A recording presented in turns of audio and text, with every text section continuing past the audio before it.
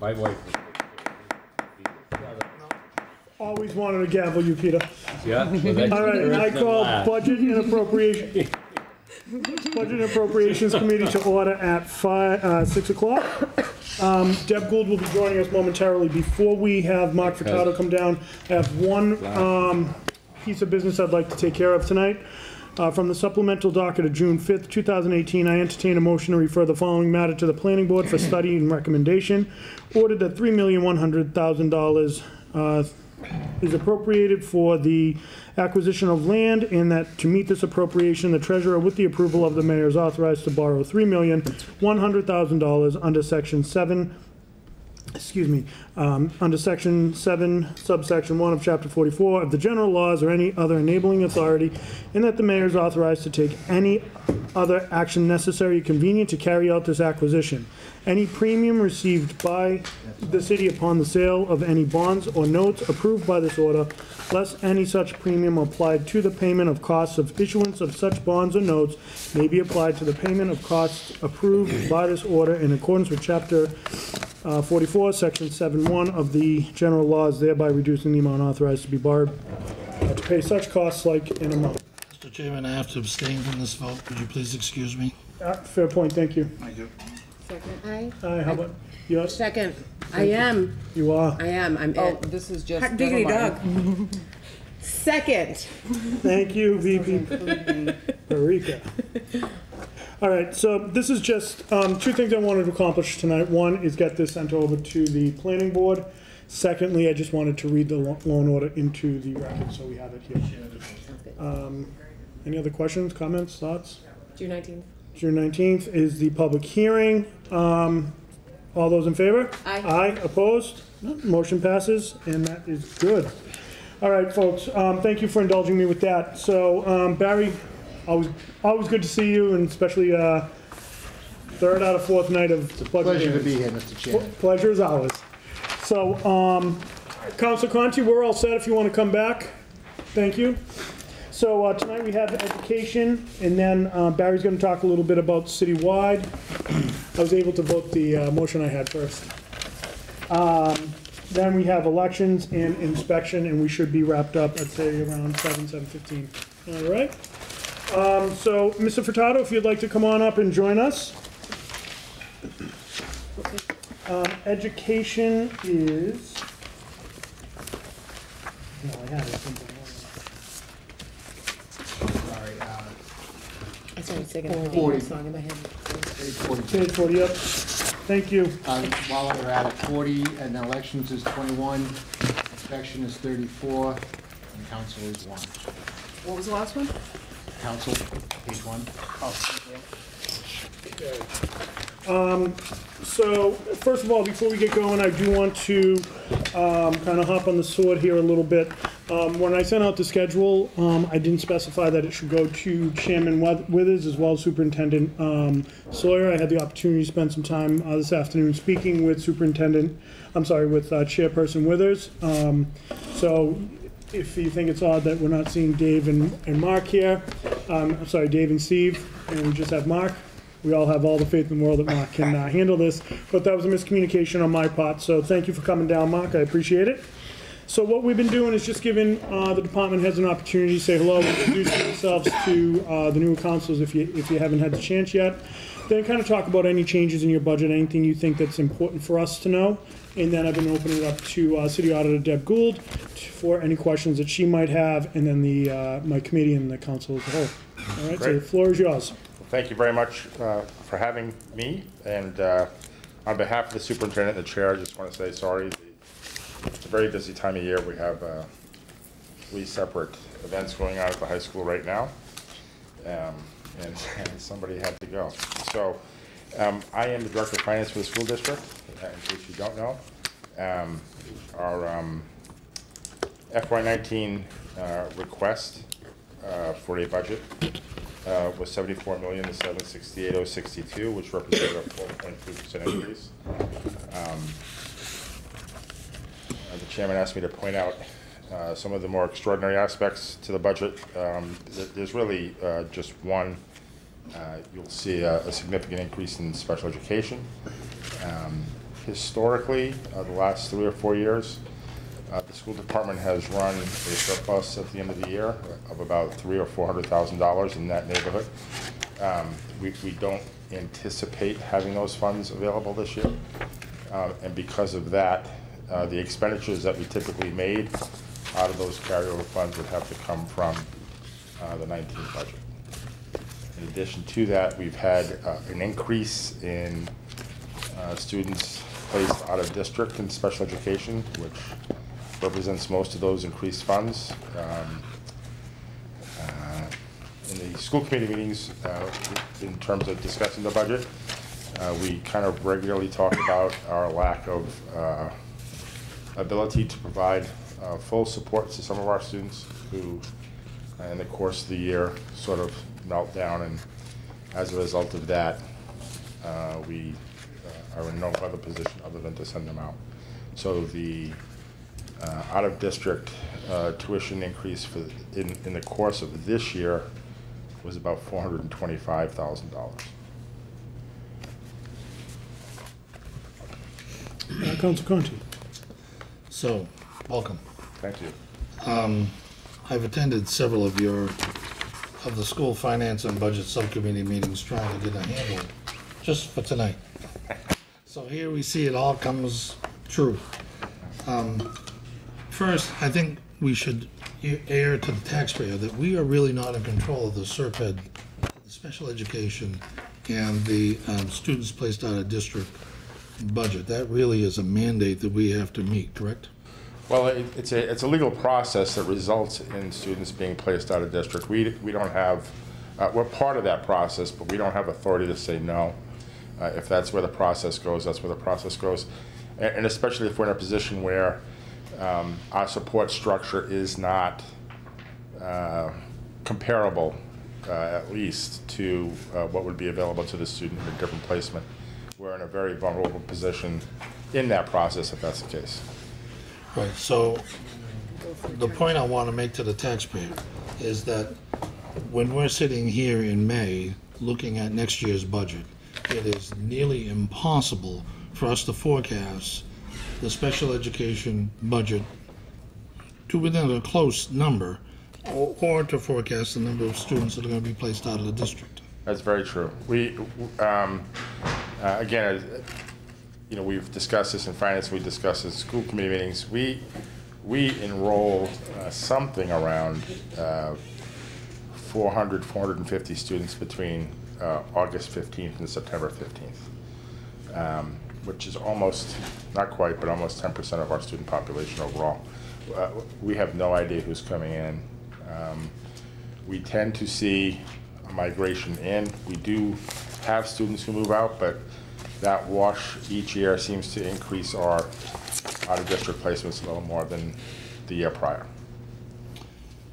So, coming up to this month, your budget had about a $300,000 issue with tuition issues with special ed. Yes. And you were able to resolve that down to? Well, it ended, we hope. We still have 3 weeks to go, but at about $425,000. And we maintained our unexpended funds from last year at about $200,000. So we have been able to identify in various parts of the budget and through the unexpended funds sufficient dollars to cover that problem. So, Mr. Chairman, I have two other issues that I'd like to address, and then I think I'll be done. Is it on special ed or? No, So if it's not on special ed, what we've been doing is just kind of let the department head go through. Okay. So very well may be answered if that's okay. Yep. All right, thank you. VP Perica. I'm still on work mode, so. That's totally fine.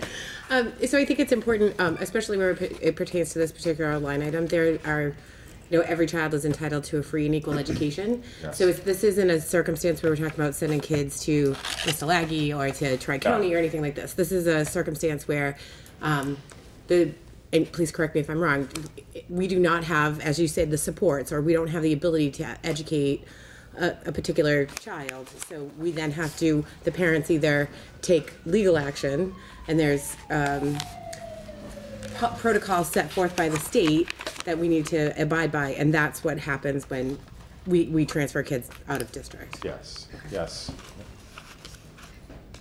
That, Can I just touch up on a couple of things Yeah, Rebecca please. said and the carryover funds? Mark, you said that you're anticipating using the balance of the carryover funds to fill the gap? It's going to address the budget shortfall for 18, yep. Okay, so for all of the counselors that are here, I just want to remind you that the carryover was voted by the municipal council out of certified free cash, once that was certified last fall. Yep. Because the district is, the annual appropriation to the district for net school spending requirements exceeds the net school spending requirement. Any funds not expended by the school do not automatically default to a carryover. So at the end of fiscal 2017, the carryover was $418,626.79. That was presented to the council after the certification of free cash for that to be appropriated into fiscal 18 for use.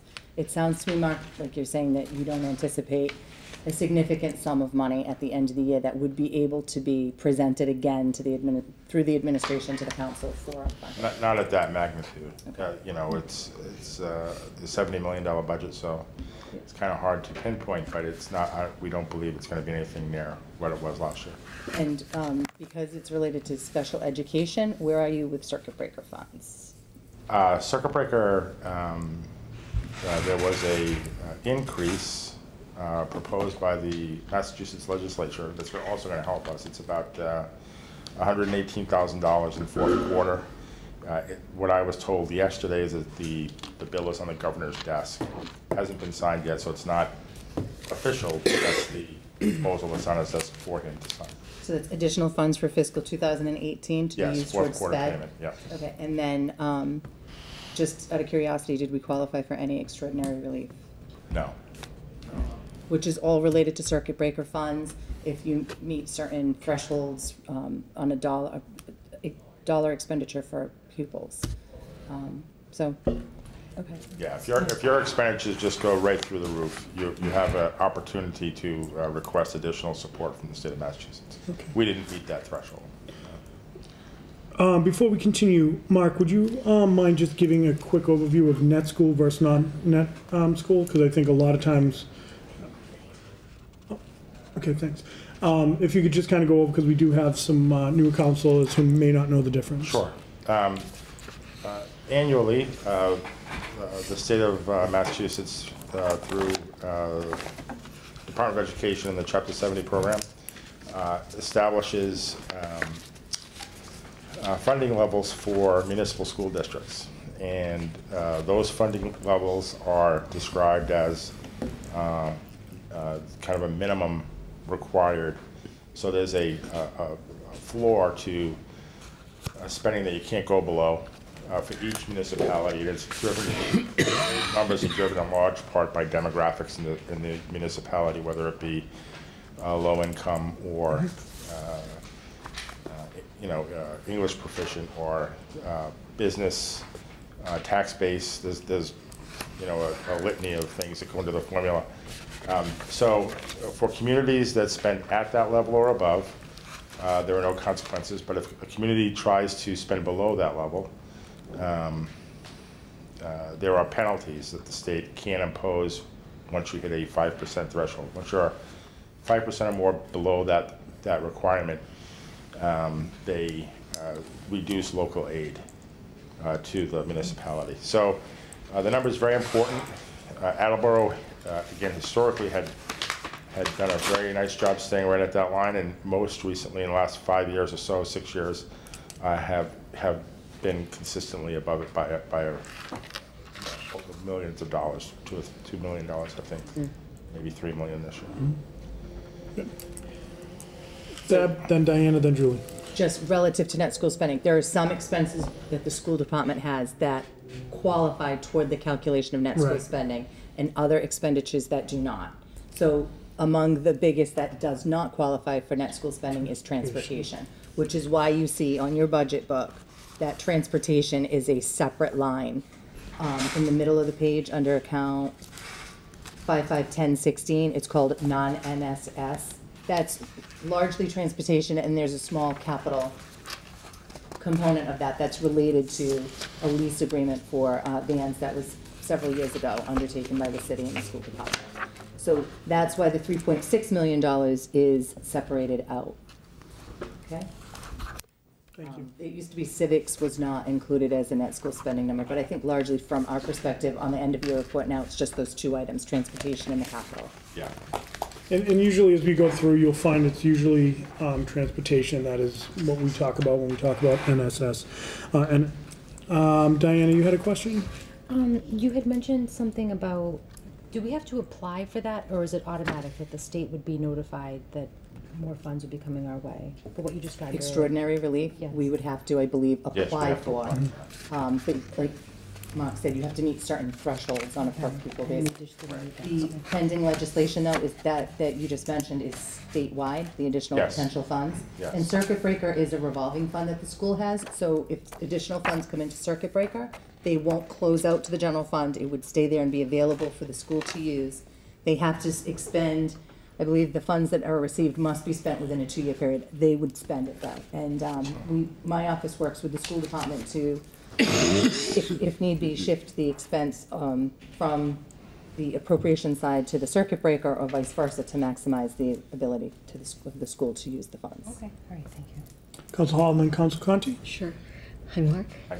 Transportation, that's our favorite topic, isn't it? Yeah. So transportation for out of district, and I know we still have to do McKinney-Vento. Do we get anything from the state because of that to assist with that transportation at all? Not out of district, but McKinney-Vento, there is a reimbursement that the city receives Okay, that goes into the general fund.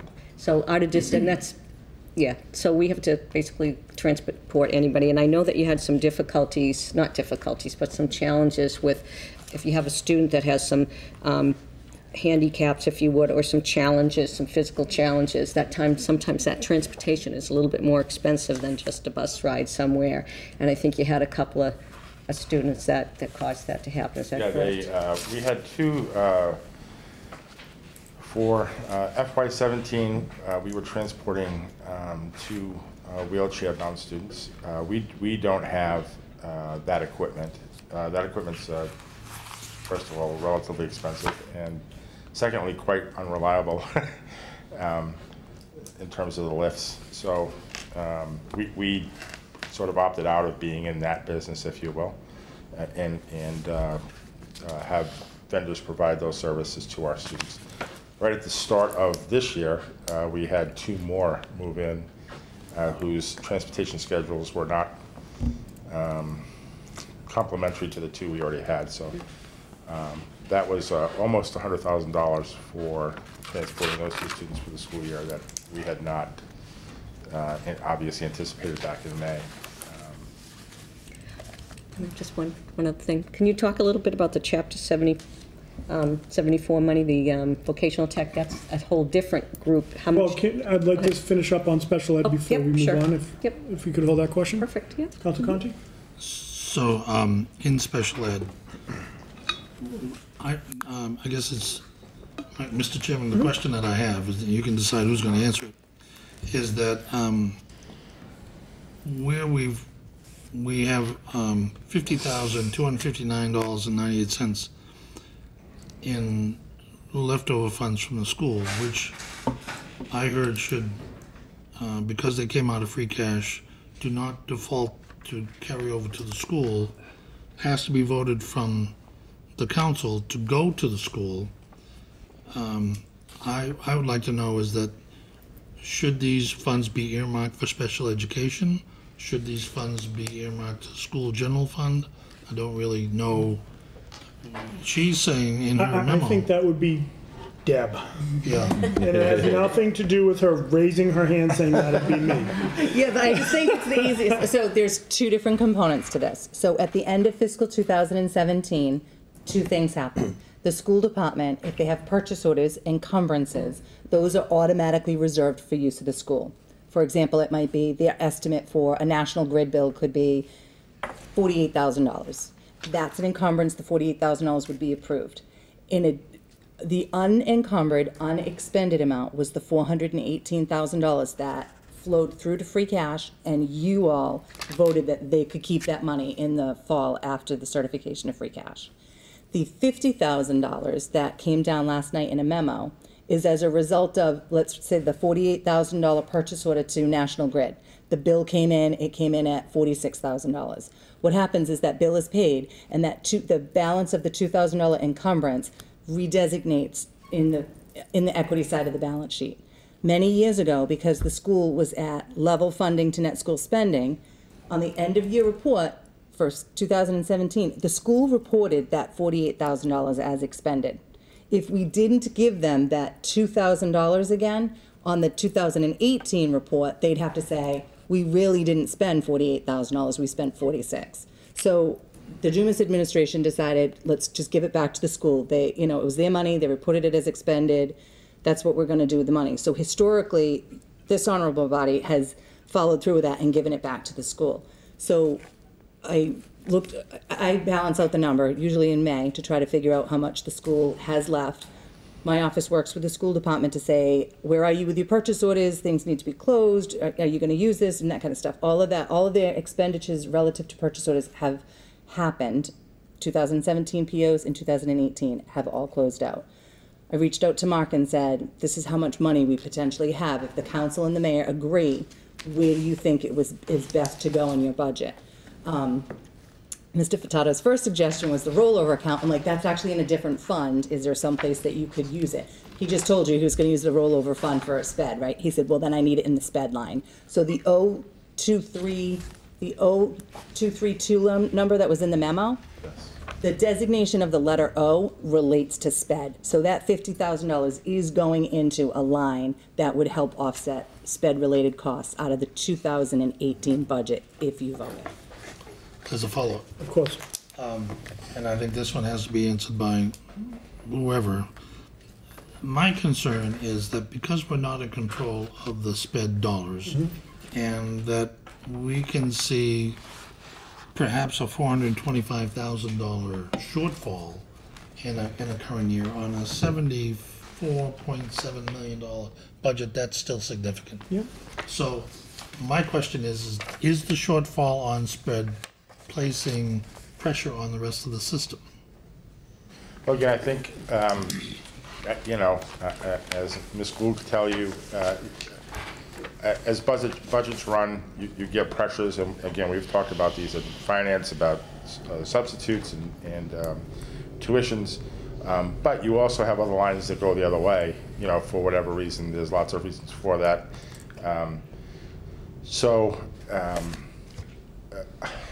I think that you can't, especially doing budgets in May, anticipate what that's going to be for the following fiscal year. So trying to be that precise, especially now, it would be just honestly just luck in the way we work. Like I said, we're going to have 8% of our student body come in August. Have no idea what the implications of that are going to be. We sometimes have to move entire programs from one school to another just because of the demographics of the students who are moving in. We've had situations where we've had to add a bus just because of the demographics of the students moving in. So there's a whole bunch of balls in the air, and to try to pin that now would be quite difficult. Right, so it's really, it's trying to be as conservative as you can be when you're forecasting due to so many variables that we can't control or even see coming at certain points. Right. Yeah, fair point. Good. All right, we good with special ed? Guys, really good discussion on special ed. So there's a lot, and I keep saying it's complex, it's cumbersome, there's a lot that goes into it. So, all right. Moving on, what else do you want us to know? Otherwise, before I release the hounds. Sure. We've done some sort of reshuffling of the cards. We hired a director of human resources, and her staff. It was a mid-year hire. We just sort of tried to put the fire right away and just charged her to certain lines in the budget that had the, her job was sort of the result of other people leaving, but not HR. So we were drawing from those funds to pay for her, but for this budget, we've finally reconciled that and put her in the right place. And so there are some changes in administration and support within that budget. You'll see big chunks moving up and down. That's just the reallocation of people within administration and putting them on the proper lines. We did a, again, this is kind of within a budget. We're doing a sort of a test at Hill Roberts, again, in regard to special education, sort of, and just general student tenor over the course of the year. The way our elementary schools are structured, we have what's called a head teacher who fills in for the principal if the principal is not available and supports the principal as a fire to put out. That structure is not necessarily working well. So we've taken that head teacher position and funded an assistant principal at Hill Roberts with that position. So you'll see, again, a chunk move up to the principal line, but that's not new money. That's taking a teaching position away and turning it into an assistant who's now just dedicated to, you know, the kind of day-to-day well-being of students, as opposed to a head teacher who's sort of torn in a couple of directions over the course of the day. So there's a lot of that that you'll see, but in terms of just gross changes, the special education is really the extraordinary department for this year. Vice President Parikh and then Councilor Conchi. Those were some strategic, very strategic moves by you folks over there in the education department world. I have heard, especially in those schools, in the elementary schools that have the open classroom layout, it's important to have that extra structure in there, and I've heard really great things about the success of that program there and having that individual in that position. It's been very, very beneficial. Yes, we're hoping it continues, and especially in those buildings. Those buildings are very difficult. Mm-hmm. You know, a disruption in one class disrupts an entire floor, and it's. In Julianne's position, I couldn't even believe actually that you didn't have a person in that particular position for as long as you did. You know, for a staff as large as the Attleboro Public Schools, 800 teachers, 800 staff, yeah. To have a point person for that instead of having it being handled here, I'm sure that kind of, there's a direct and immediate resolution to any of the concerns that.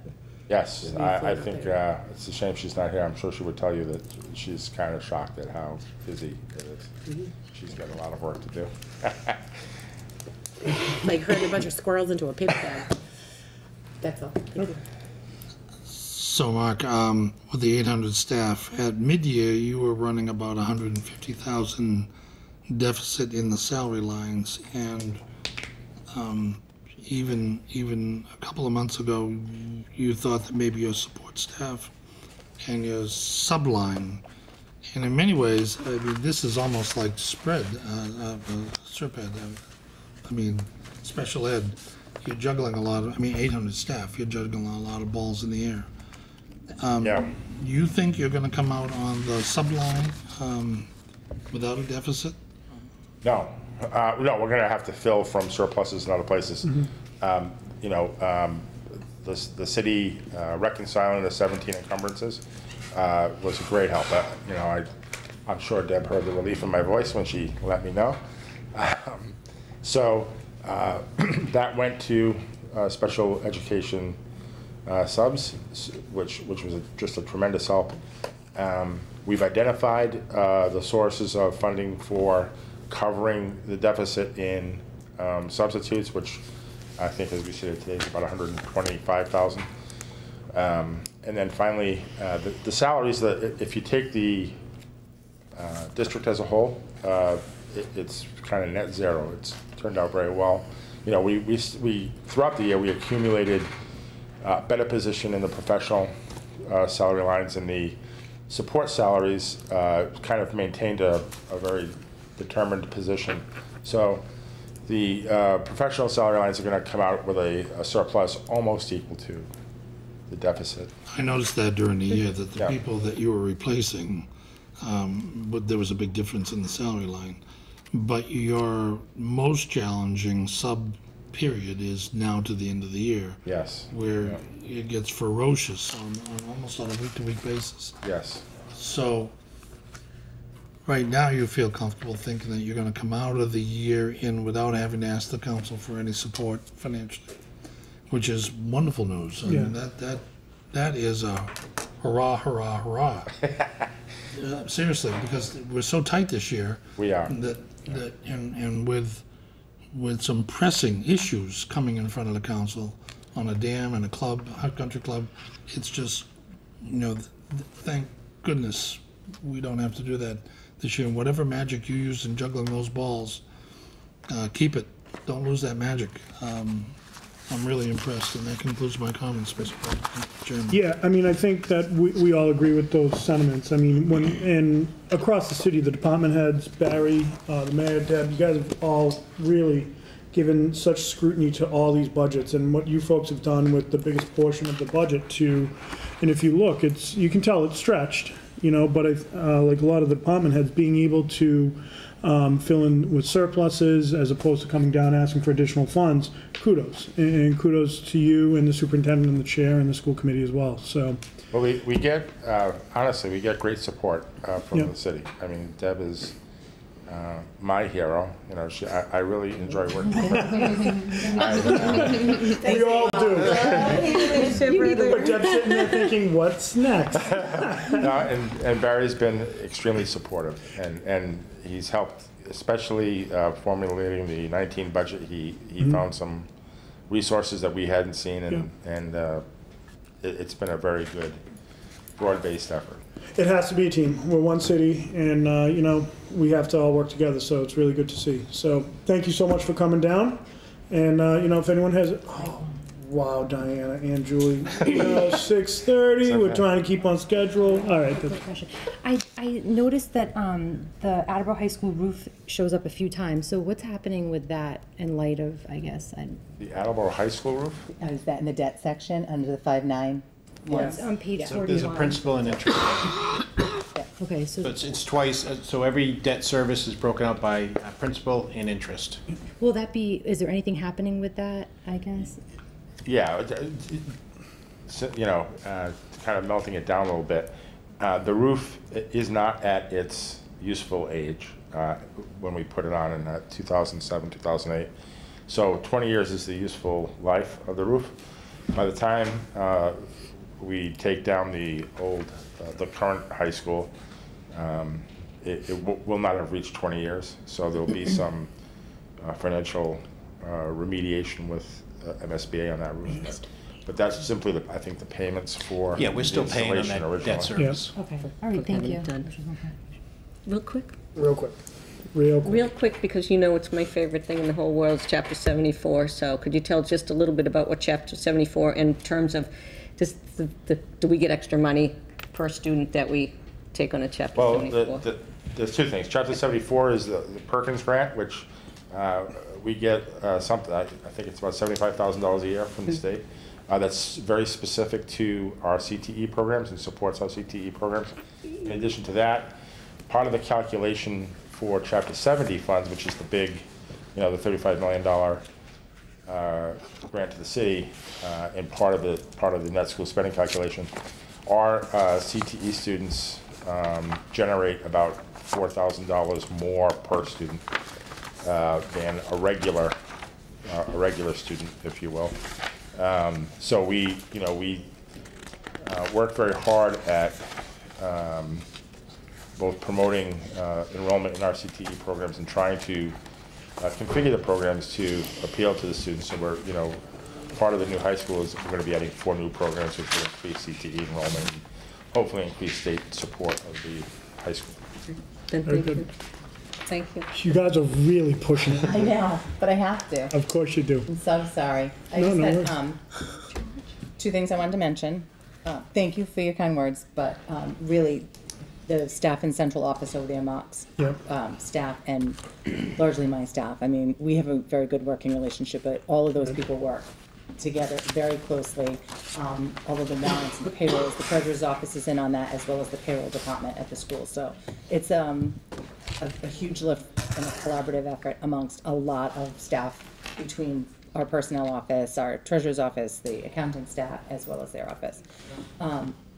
That aside, I just wanted to make sure to point out the E-rate stabilization fund, which is something else the council was able to do this year. I think it's worthy of note. There was the E-rate money that came in, you voted that could go into a special purpose stabilization fund. That money is there.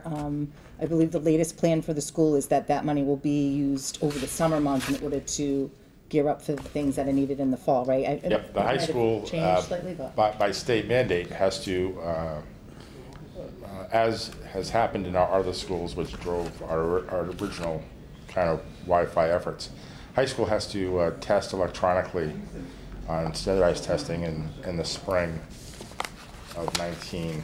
So in order to do that, you need Wi-Fi, which the high school is not really built out for.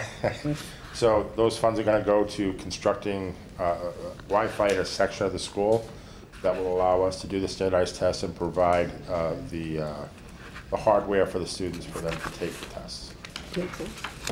And because of the E-rate fund that was designated this year, all future E-rate revenue to the school will be going to the school for future use in IT. Yep. So that's just Which we something I wanted just to make sure. did this about, I think, 4 or 5 weeks ago. So it was relatively Yeah, recently. not long ago. Yeah, Yeah. so it was good. Nice stuff. All right. Not bad, right? Not bad at all. All right, my friend. Good to see you, Mark. Thanks for coming down. Thank you very much. All right. So next, if you could turn to page 4, we have citywide, and Barry's going to walk us through citywide. Sure. Thanks, Mark. We'll see you. Guys, really nice discussion. Thank you for that. So as the name implies, this grouping is for mostly sort of citywide issues that benefit, most departments. I think that a lot of the accounts might be fairly obvious, but if you've gone through it and you have any questions on any of these accounts, I'm happy to try to answer them. So for instance, Barry, this is where we would see that the city pays back wastewater and water for the services provided to No, them. so the indirects that you're talking about, that's an appropriation that's separately voted by the Okay. council. What you'll see in here are things like the city solicitor. You'll see, water and sewer, which is different than the indirect. It's what the city owes for, the recreation department to the water department, to the sewer department, what City Hall uses for water. and Right, sewer. and if I didn't work, that's what I was Oh, I'm alluding sorry, to. yeah, No so worries. that's the actual usage of water. Correct. Yep. And, the street lights, things like that are citywide, come out of this account as well. Deb, is there anything? So, Barry, I wanted to talk a little bit about the reserve for labor negotiations. Sure. Hold up the schedule that you have on your salary schedule. Yep. So it looked to me as though that reserve for negotiations excluded the police, which would make sense because, to me, it makes sense because that's downstairs already, pending a vote of the municipal council. But more importantly than that, it's actually funded in the 19 recommended budget. Okay, I wanted to make sure that was clear, and that I would ask you that at police, but it looked as though you only used the salary total, so that reserve does not include anything for overtime. It does. So I captured overtime for some of the bigger departments like Public Works and Fire. Okay, and then, is that reserve what you're gonna use to fund other special items? So like the police have non-salary related items in next year's contract that don't appear to be budgeted. Is that your expectation that this is gonna cover all of those expenses? It will be one of the available funding sources. So as those funding requirements come up, this is one funding source. Obviously, free cash would be another, reserve fund transfer would be another. So primarily, we would want to draw from this fund for things that are associated with the collective bargaining agreements. Have you, and I recognize that a lot of the unions have not settled yet. Do you think the 666 is enough to cover those? So it's I factored in a 4%, which is 2% for FY '18 and 2% for FY '19. I factored in the 4% of all salaries, including overtime for fire and public works. We don't know what these collective bargaining agreements are going to settle for. We Right. just don't know that. So we have to start somewhere. I thought that was a reasonable place to start. If it ends up being that we overfunded, then it becomes a funding source for other needs for the city. If it's short, then we'd have to look to other funding sources, such as free cash, such as reserve fund for transfer. So again, it's hard to say because these collective bargaining agreements are still in flux. We don't have agreements for a lot of them. So, just so everyone understands, the city has, I believe, 8 unions, plus we have exempt and elected officials. Of the 8 unions, I believe only 2 of them is settled. That's dispatchers and that's police. All the rest of them are still in flux. So, that's kind of what we're dealing with. The personnel department with special counsel are working diligently on trying to settle these collective bargaining agreements.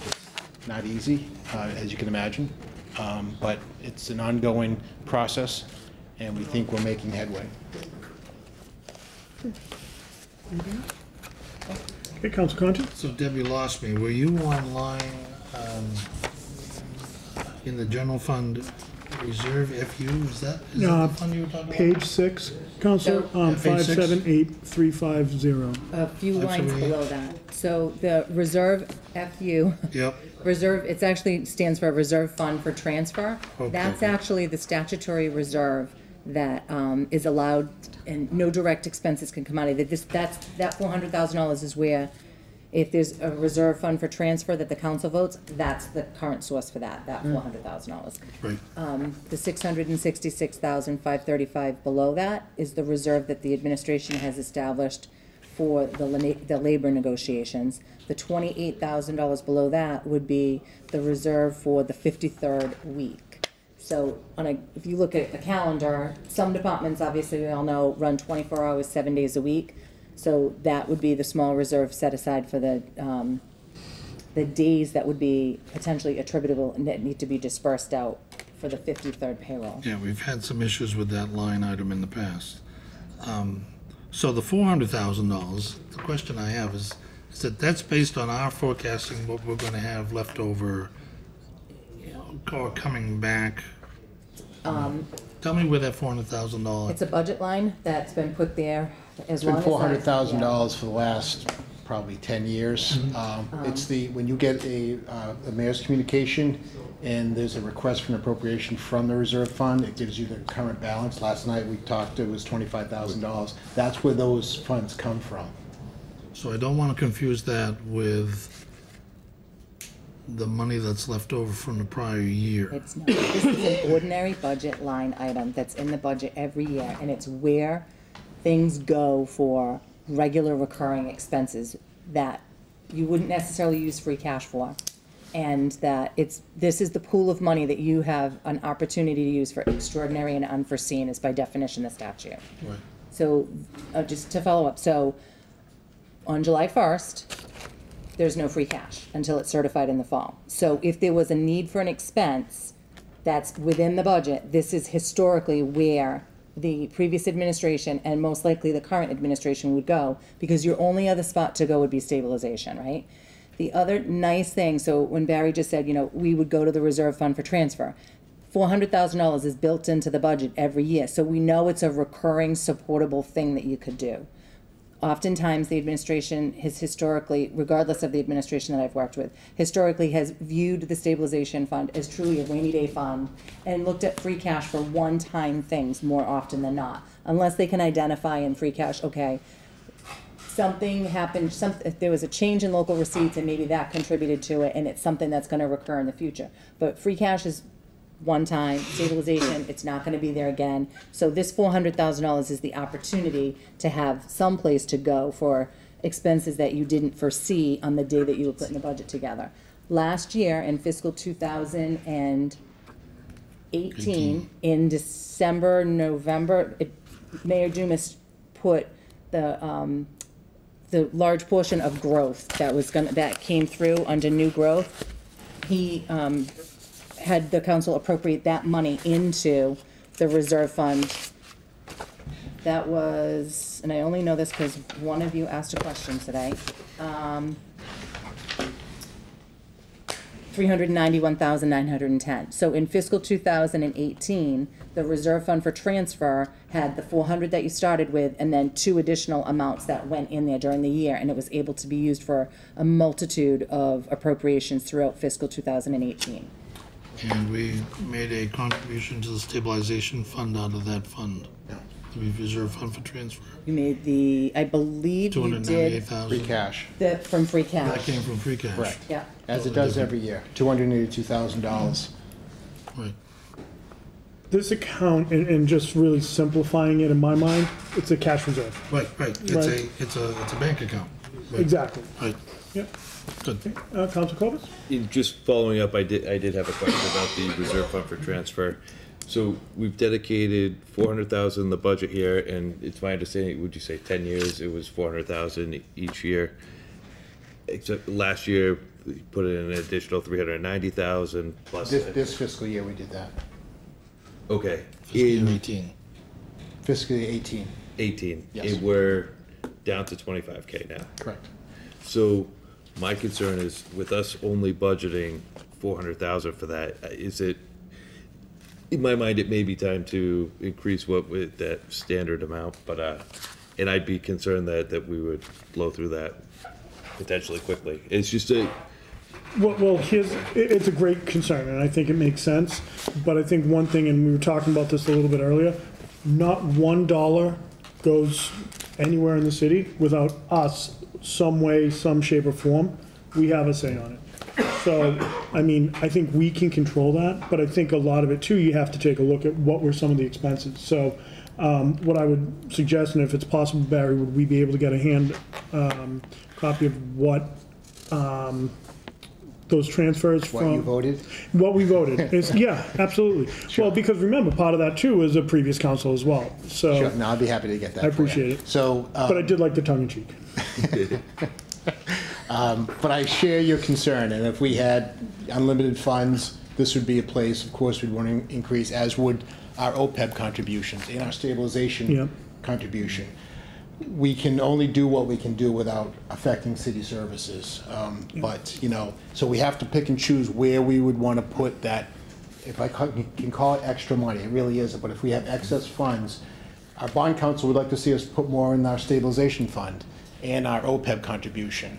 You'd like to see more in the reserve fund for transfer, and I get all that. It's just trying to pick and choose your priorities. And where would that come from? Well, that's the thing, that's Right. always the problem. Sure. We are up against the clock, so, just a quick one.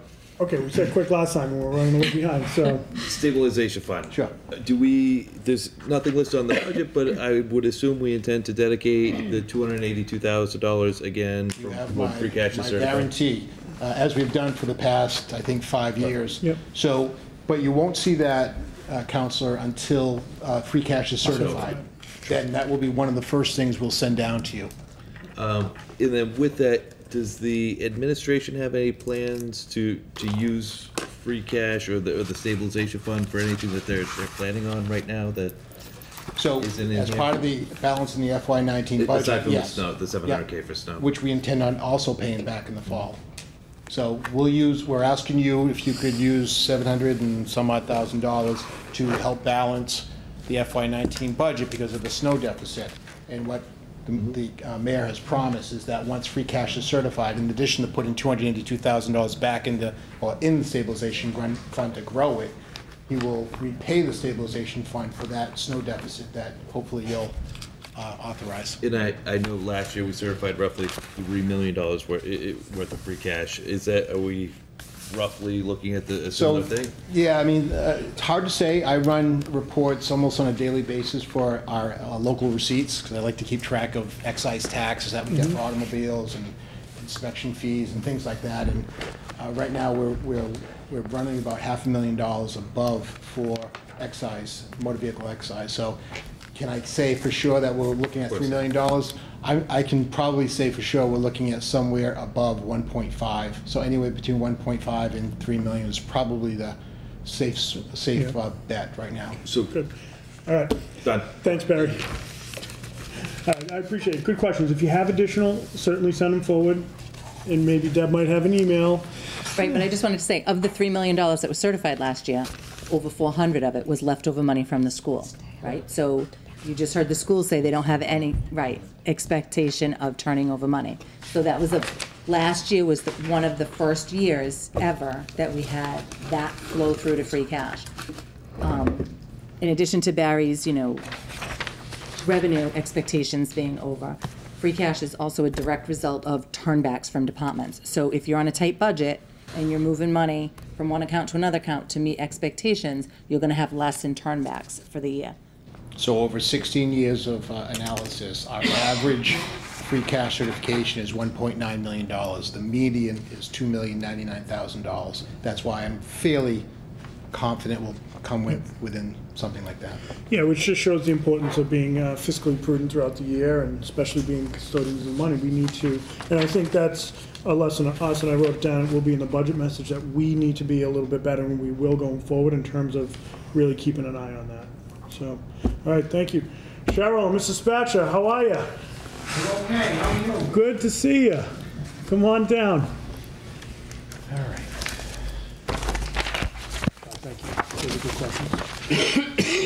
questions. Elections on page 21. Hello. Cheryl, congratulations on the new role. Thank you. And please excuse my more than casual attire, but I'm doing some rehab from orthopedic surgery. Understand you. But the rest of me is fine. I'm like, who's the guy who looks like George Spatcher? I'm happy to but be here tonight, believe me. I didn't know you had clothes that didn't entail a tie. You know, the physician's assistant at Life Care said, "Where's your tie?" I said, "Patty, give me a break." Not tonight. Well, it's nice seeing you, and I wish you speedy recovery, my friend. Thank you. Thank you. So far, so good. That's all we can ask. Okay. So what we've been doing is just giving you the opportunity to introduce yourself to some of the newer councils you may not have had the opportunity to meet yet, and then just talk a little bit about your budget, what you think we should know, and then we'll open it up for questions, and we'll take it from there. Okay, good evening. Good evening. As some of you know, I took over as Elections Office Manager last October. Mary Ann Drain retired in December, who is greatly missed. I'm still learning a lot, but I am able to call on Mary Ann for different questions that might arise. Also new in the department this year, we were fortunate enough to hire back a senior clerk, 19 hours, who was laid off a year and a half ago. She brings a lot of experience to the department, and this has been very helpful to me also. So this part-time salary is in the 19 budget as well. The only other major change in the budget is, since it is a state election year, the state will pay for some of the items associated with these elections, the ballots and our automark. This line item was reduced excuse me, by over $9,500. However, we will have early voting in November, November election, so this increased cost slightly in other line items for us. And we've used the same rates as the current fiscal year for poll workers, commissioners, whomever. We're holding the line on the rates. Okay. Do you have any questions? I think the budget is pretty straightforward. Agreed. Obviously, it ebbs and flows with the number of elections.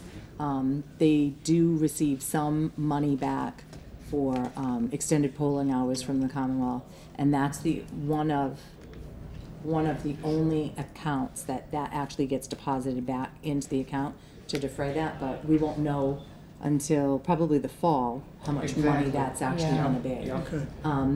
The elections office fills out some forms, it goes to the Commonwealth, they review them, and right. then they give money based on the number of wardens, the number of clerks, the number of police officers and stuff that participate in the election cycle. So, more than most, you're all very familiar with the elections office, probably more than even me, I mean. So, We might be. yeah, I mean, they do a lot with very little. And we scrutinize this thoroughly Oh, sure. every time we submit it, so that we include everything we need, but there's no fluff, there's no fat in here. No, there's really, and I think, again, your office is, you know, very much dictated by elections, election cycles, special elections, a lot of things that we can't control, but we have to address. The unfunded mandates, as we like to say sometimes. True, true. I guess my only question is postage. Is postage wasn't requested in your budget? So, for our census forms and our confirmation cards, sometimes we bid it out where we use our postage, but this year, well, I think the last couple of years, we bid it out using Deb's Macacio's, and we paid her for the postage. So, But this year, Pleasant Printing, who's doing it, they're using their permit box, so we're just paying Pleasant Printing for the postage. so the postage for fiscal 2018 is included in your printing and reproduction line? No, this year I had to put it into a postage line item this year. I just transferred money. Right, Sorry. but I just I wanna make think sure. down a couple of lines, it's under census. Yeah, then So it's your zero. census But it- includes but your it's- but I think postage. that's part of the contract, isn't Yeah. it, from the vendor? Yeah, I transferred money from the census to a postage line item that we did not budget for last year, because it was just easier using Pleasant Printing. Okay, can I just, Yep. sorry, but I want to just make sure I understand. Was it funded in postage in 2018? Let me see if I can find that. Originally, no. Revised, yes. Yeah, it was zero in 18 and zero in 19 Okay. But I just transferred $1,000 in there last week. as a separate line item. So it doesn't show up in here, I apologize. Right, Yeah, it doesn't show here, but right. for comparative purposes going forward, it would probably be something we should keep as the postage line, and you split the invoice. Excuse me. Everything I said, forget. I'm thinking of something else. I'm thinking of postage for my permit 175, all unrelated. So that's for the, Will cut. the returns. Okay. Yeah, the census is paid out of that, out The census, postage. including postage, Yes. is paid out of the census line. Yes, Right. The Sorry. postage line is for the little return Yes. cards. Okay. Which was not funded originally in 18, but 18. was funded during 18 with $1,000. $1,000 Yeah. last week. Got it. last because week. you don't need to get them every year, and I had money left, so I used put it in the postage. But, okay, for that's the fair. end. I just didn't know why it was so big on your revised budget in 17 compared to these years. So that must have been the year that they had to buy it all. Yeah, probably what. Okay. Okay, so we're on the same page. Thank you. Committee, any questions? Council, any questions? That's it. Thank you. No, thank you. Feel better, my friend. Well, Good I to see do you. already.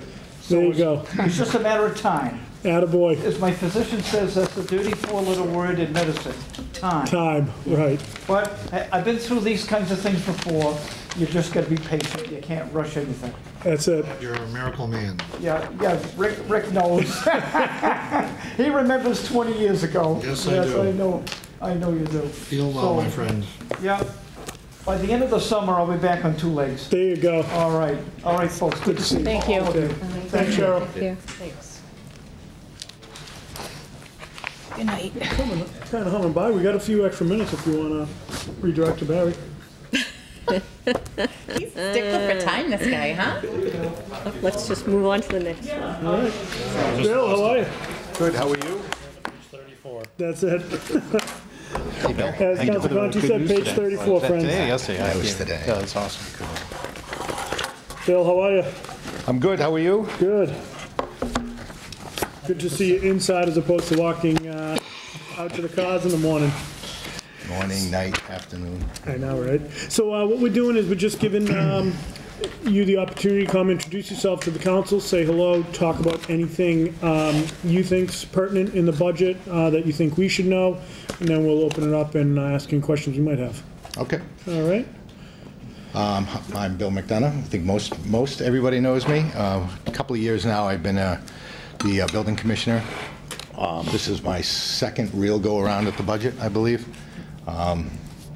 Budget's pretty simple for us. It's lower than it was last year. We had, it's mostly because of wages. We had some retirement. We had, hiring. But other than that, I mean, we have 6. Our group is made up of 6 employees over there, and it's a great group we have. We work very hard. We're extremely busy these days. It's paying off. Our revenue will be higher than it was last year coming in, which is a pretty big feat, and we're plugging away. I think that we do a great job, and that's basically it. I mean, it is what it is. We're salary driven. Other than that, everything else we don't have many expenses. So with that being said, we tried to cut where we could, and I would just add, when you said good group, hardworking, I'd add professional. Several people in the community have made a point to let me know how easy it is to deal with your office and your staff. So I appreciate that. Thank you. We do work hard at it. Yeah. And we do have a definitely a good group. Council Conti and then Council Hall. So Bill, your budget is basically a photocopy of last year. It's a very level budget. It is, yeah. We have some minor. Because your activity level is like at a record high. The number of visits, number of inspections, number of permits, dollars generated. You're a cash cow for the permit budget in the city. It's amazing that you could do that on a level budget, so I commend you on that.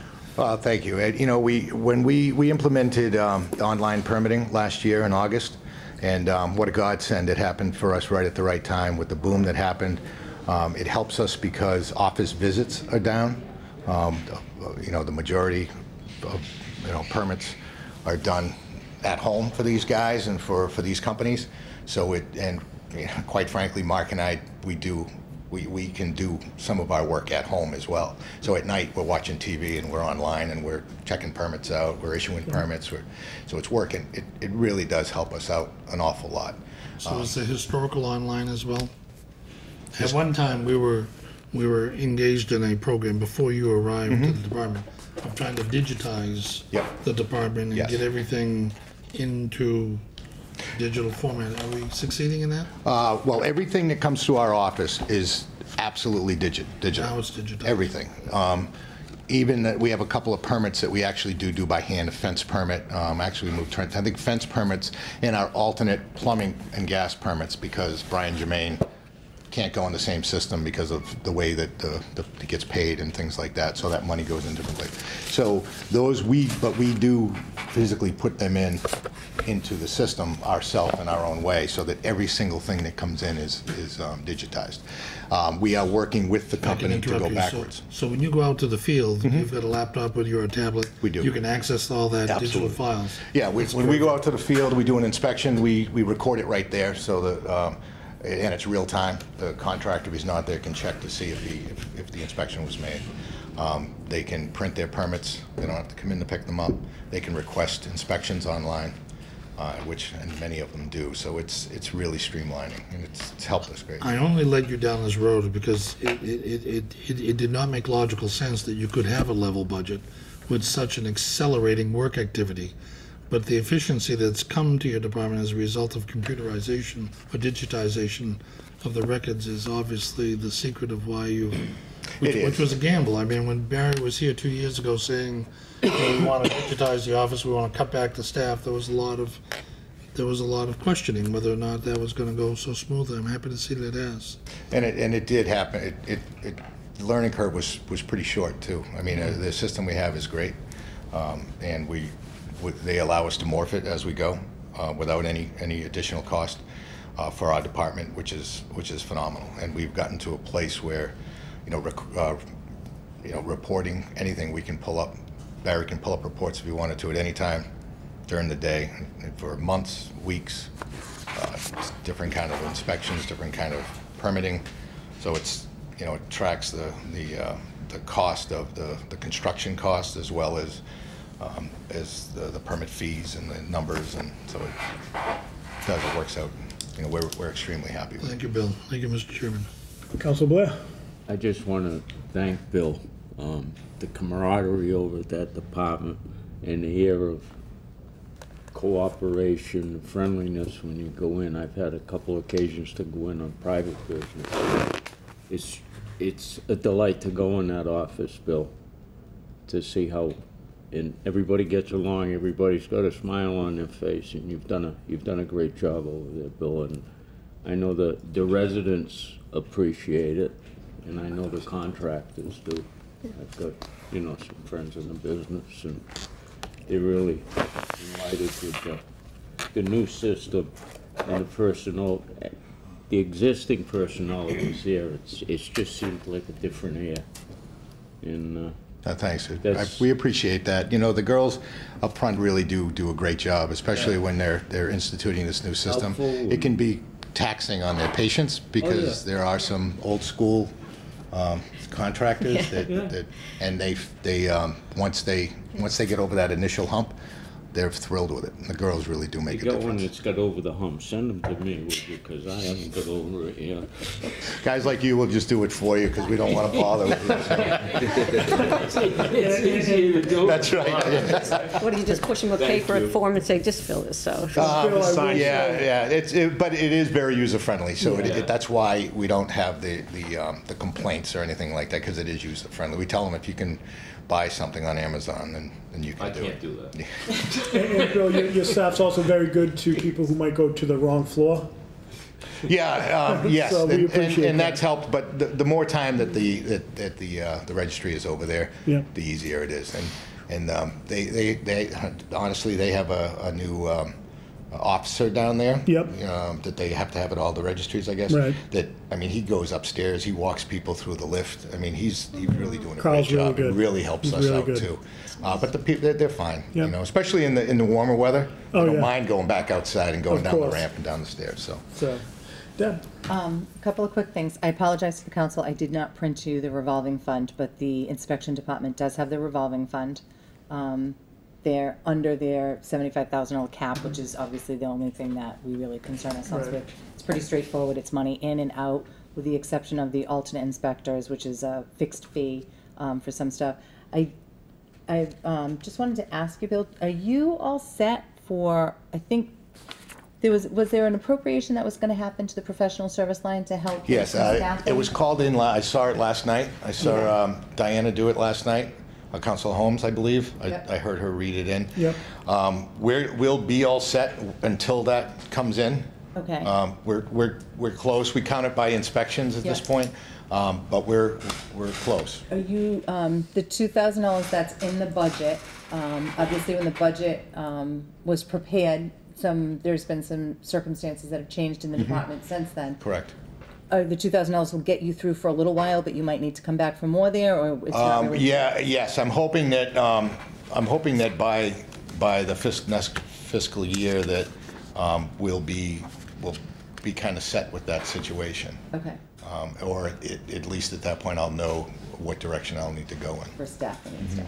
Okay. I mean, it's a pretty straightforward budget, but I know that you needed to do some transfers. So I'm glad and also with that being said, with the professional services, you can also, if you look at the budget now, I've got on overtime. There's quite a bit. I think we had asked for $1,000 last year at the beginning of the budget. We're up at $16,000 now, and that's because of a leave of absence from one of my inspectors, and I've got overtime covering that. That's probably going to flow into the next fiscal year, but I'm not sure of the amounts of what will happen with that. I'm not sure I'm clear. I just want to make sure that we're on the same page.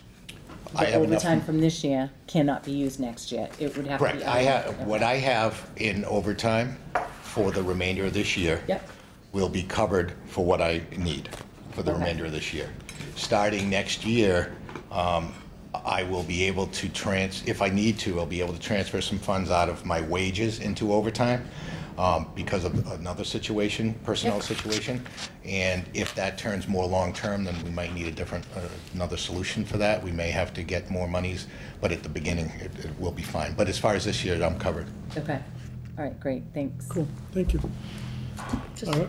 Oh, Julie, Just real quick, I know this was a lot take of. your time, we're ahead of schedule. Take your Okay, I'll time. make it quick now. So there was a lot of consternation and discussion about, whether this transition of this new product. And, one of the things I really appreciated is when somebody says that they can do it. And you said you can do it.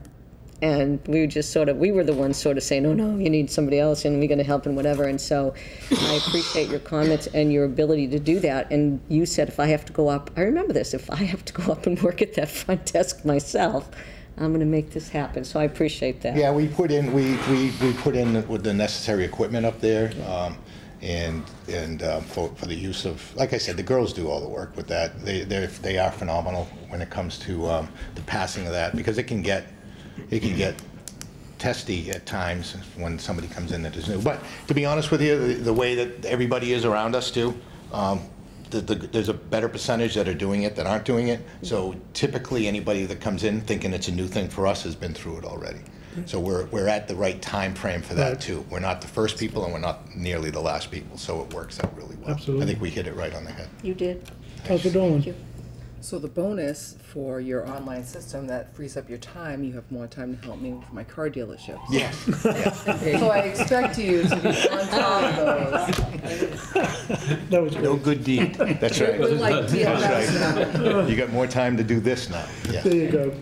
Phil, I thanks so need much for you. coming down. Okay, thank you. All right, Thank you. Gary, thank you for everything. You want to do, Committee, do you mind hanging back for about 15, 20 minutes? What I'd like to do, and anyone else would like to stay, feel free. We have a couple motions that, Gab, if you don't mind just hanging with. Yeah, no, I'm All right, fine. cool. And then what I'd like to do is actually, huh? Anything? No, what I want to do is read all the budget stuff in tonight, so we don't have to do that later on. We're ahead of schedule. You don't need to stay for that. I just need No, you. I just noticed You that don't the have municipal to have me council comes stay. up at 7:15. I didn't know if you were doing that all by. No, we've met Virginia once or twice, so, I've kind of decided that I don't think we need to have. 20 minutes back. Yeah, You want to know so, just committee stuff? yeah, just basic committee stuff. If you want to stay, feel free. If not, Todd's feelings might be hurt, but mine won't. I can look at that. There you go. We're not worried about. Councils, thank you so much for coming out tonight. Really appreciate it. Good discussion. We'll be out of here 15, 20 minutes. Good night. Take it easy, gentlemen. Thank you. Good night. They'll all be thanking us in mid-June. Yes, I will. All right, from the docket of June 5th, 2018, I entertain a motion to approve the request of the mayor to transfer the remaining balance of $2,478 in Fund 3324 Route 152 Bridge Main from account 3324-599-000. Route 152 Bridge Mains are the financing uses to account 61004-499-000 Water Enterprise Fund, other financing sources to close the Route 152 Bridge Main Fund and will increase the equity in the Water Enterprise Fund. Second. Thank you, Councilor Conti. All right, so we have 5 motions like this, which essentially are the contingencies that we didn't use that would be going back, or just funds. Yeah, not necessarily contingency, but I believe all 5 projects that you have, and I don't have anything in front of me, so you'll have to forgive me, I'm just doing this from memory. Before Paul Kennedy retired, the Capital Projects Administrator, myself, on different occasions, Laura Barry and that group, or whoever, met with Paul and the new superintendent, Courtney, for water, and the new superintendent, Tom, for wastewater. Went through a number of capital projects. Those projects that are listed there are projects that were, I believe in each of those cases, funded through retained earnings at some point. And this is the balance of the funds that were left over. So it's not necessarily contingency because you may have voted X number of dollars for the project. Sure. This is what was the remainder. So these funds, if you close all of these out, will revert to those the appropriate water or wastewater enterprise fund. And at the end of the fiscal 2018, when I close the books, that money will flow through to the undesignated balance sheet account, also known as retained earnings in the Water and Wastewater Enterprise Fund. So, that being said, there are other capital projects that may not have been finished at that point in time. So those types of things, we've received notification, we being all city departments, that there's, I believe, 2 more opportunities to put together communication items to the municipal council. And while not directly related to this, you will be seeing other similar type requests related to other capital projects, all, and I identify if it was retained earnings, free cash. The other potential thing that you would say would be projects that were funded through borrowings, because those are restricted. So Right. there's a restriction on those and what those uses could be for. These 5 are all to revert back. The projects are finished, the projects are closed. I've received sufficient notice from the individual department that that has happened. So that's why that's being presented. Fantastic. Whenever we have projects coming in under budget, it's beautiful. Council Conti. So, because this is a Wednesday night meeting and the crowd isn't full and no one's watching, I'll admit that I made a mistake. What you're introducing and what Collector just described was actually included in my capital improvement resolution and didn't need to be, because these projects, even though they're in the capital improvement plan, are now done. Right. So what I thought was $17 million worth of urgent projects is not $17 million. This is all history now. But I met with the mayor and Barry a week ago Friday, and we looked at what it was, and it's a much lower number. And it's all moot point now. But I want to be sure that that doesn't happen next year. Sure. So next year, I'm going to be working more closely with Deb and less closely with the department managers. Yep. And more closely with Laura and Barry and you and our committee to mesh together the capital improvement plan into a financial document rather than a project document.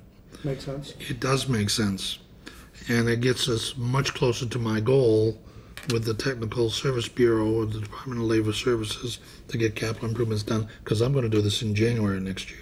Good. I'm not going to wait for the capital improvement plan book. So when the department heads next year fill out their forms to send to Gary in December, I'm going to grab those at the time that they're submitted.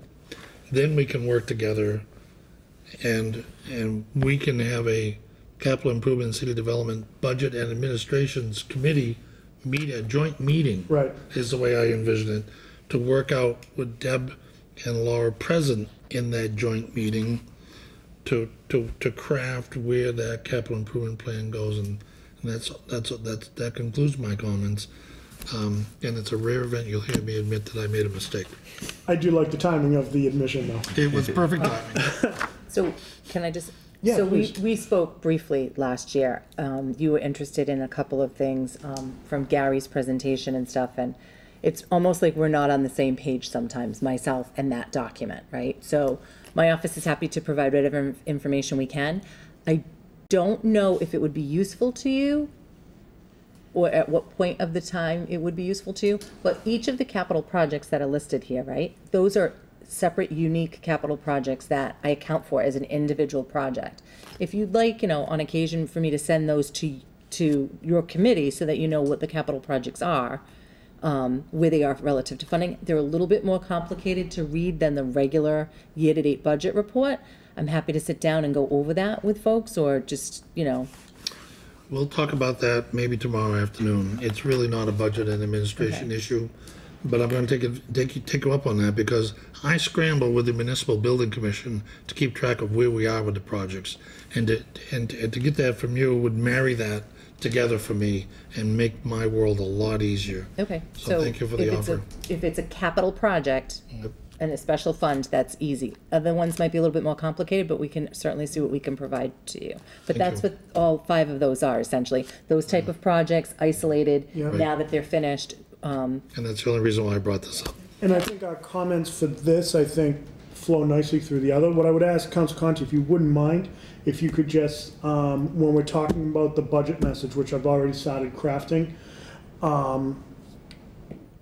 let's talk about that, and let's see how we can kind of combine messages a little bit, because I think there needs to be, well, maybe not needs to be, but there's an opportunity for congruency. Well, maybe this is a good time just to air this a little bit. Sure. Because what I see is in January, which is way before we get anything from Right. Barry on our budget,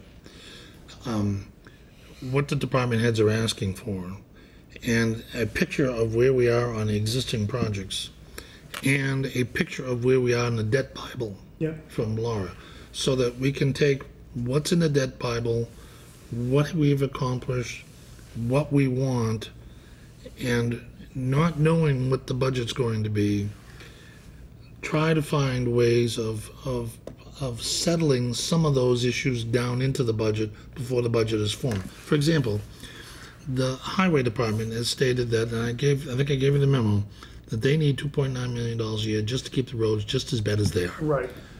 Courtney in the water department has said that she could use $2 million a year in distribution preventive failures, like Reed Street. Right. Those items are two very big items where, you're talking $5 million on a 70, what are we going to be, $72 million in the city side? Water separate, and they're about Water separate. separate, right, water separate. So it gets confusing, but Yeah. here's my point, Mr. Chairman, is that if we can find a way of sliding not $2.9 million into the DPW, not $2 million into the water department, because it has too much of an impact on the water rate. A water rate at $3.17 per hundred would be affected by $1.30 if we were to throw $2 million into the capital. And we can't do that. Right. What can we do? Maybe we can do not even 1 million, but maybe we could do $250,000. Would $250,000 make a difference? Same with roads. We get $920 million, $920,000 in Chapter 70 dollars to pave the roads. Right. If we made that $1.2 million, does that get us closer to taking care of the roads in the city? But it has to be a capital proven funded budget item. Right. To use a baseball analogy, we need to play small ball. We can't just wait for the home run. Right? Okay, I don't know the baseball analogy. So essentially what it means is you've got to get guys on base if you're going to drive them home. Right. So the department heads are on base. Yep. So now we've got to figure out, we're not just going to get the big hits and anything like that, right? The money's just not there. Right. And in my meeting with the mayor and Barry, that's where the rubber hits the road, is that the bag is full, Rick. Where are you going to stuff more in the bag? Right. And what's going to come out of the bag if you're going to put more into it? And that's where we need that joint budget meeting. Agreed. It's tonight we're looking at a budget, or in our budget administration, we've got department heads coming ahead of us. We're looking at a 93% of contractual budget. There's not a lot of room to take things out.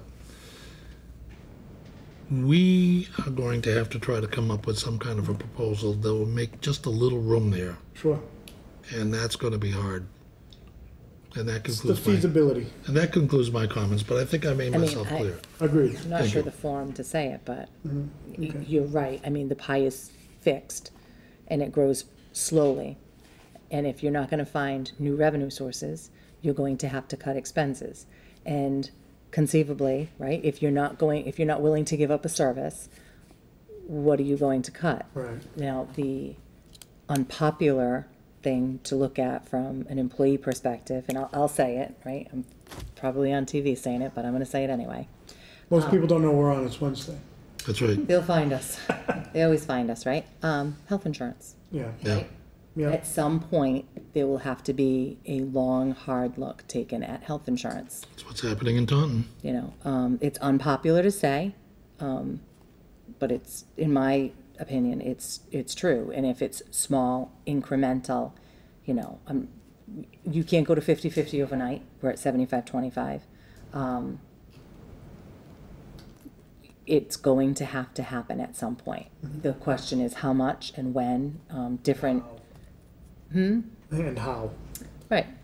And how do you implement that type of change, and the consequences of that change relative to salary or staffing or whatever the case may be. But the reality is in addition to the annual cost to the budget, if you look at the post-employment benefit, it's huge. Right. And I know I'm kind of getting off track of what this is, but I think it's all kind of, it's the right forum to have it, because honestly, we don't have this opportunity too often. right, So, you know, and Councilor Kobus had emailed me, and I haven't gotten to all of your points that you had questions about. Some of them you discussed tonight, but I think that the reality as a freshman counselor is sort of like, wow, you really, once you start to sit here, you realize how small the pie really is, right?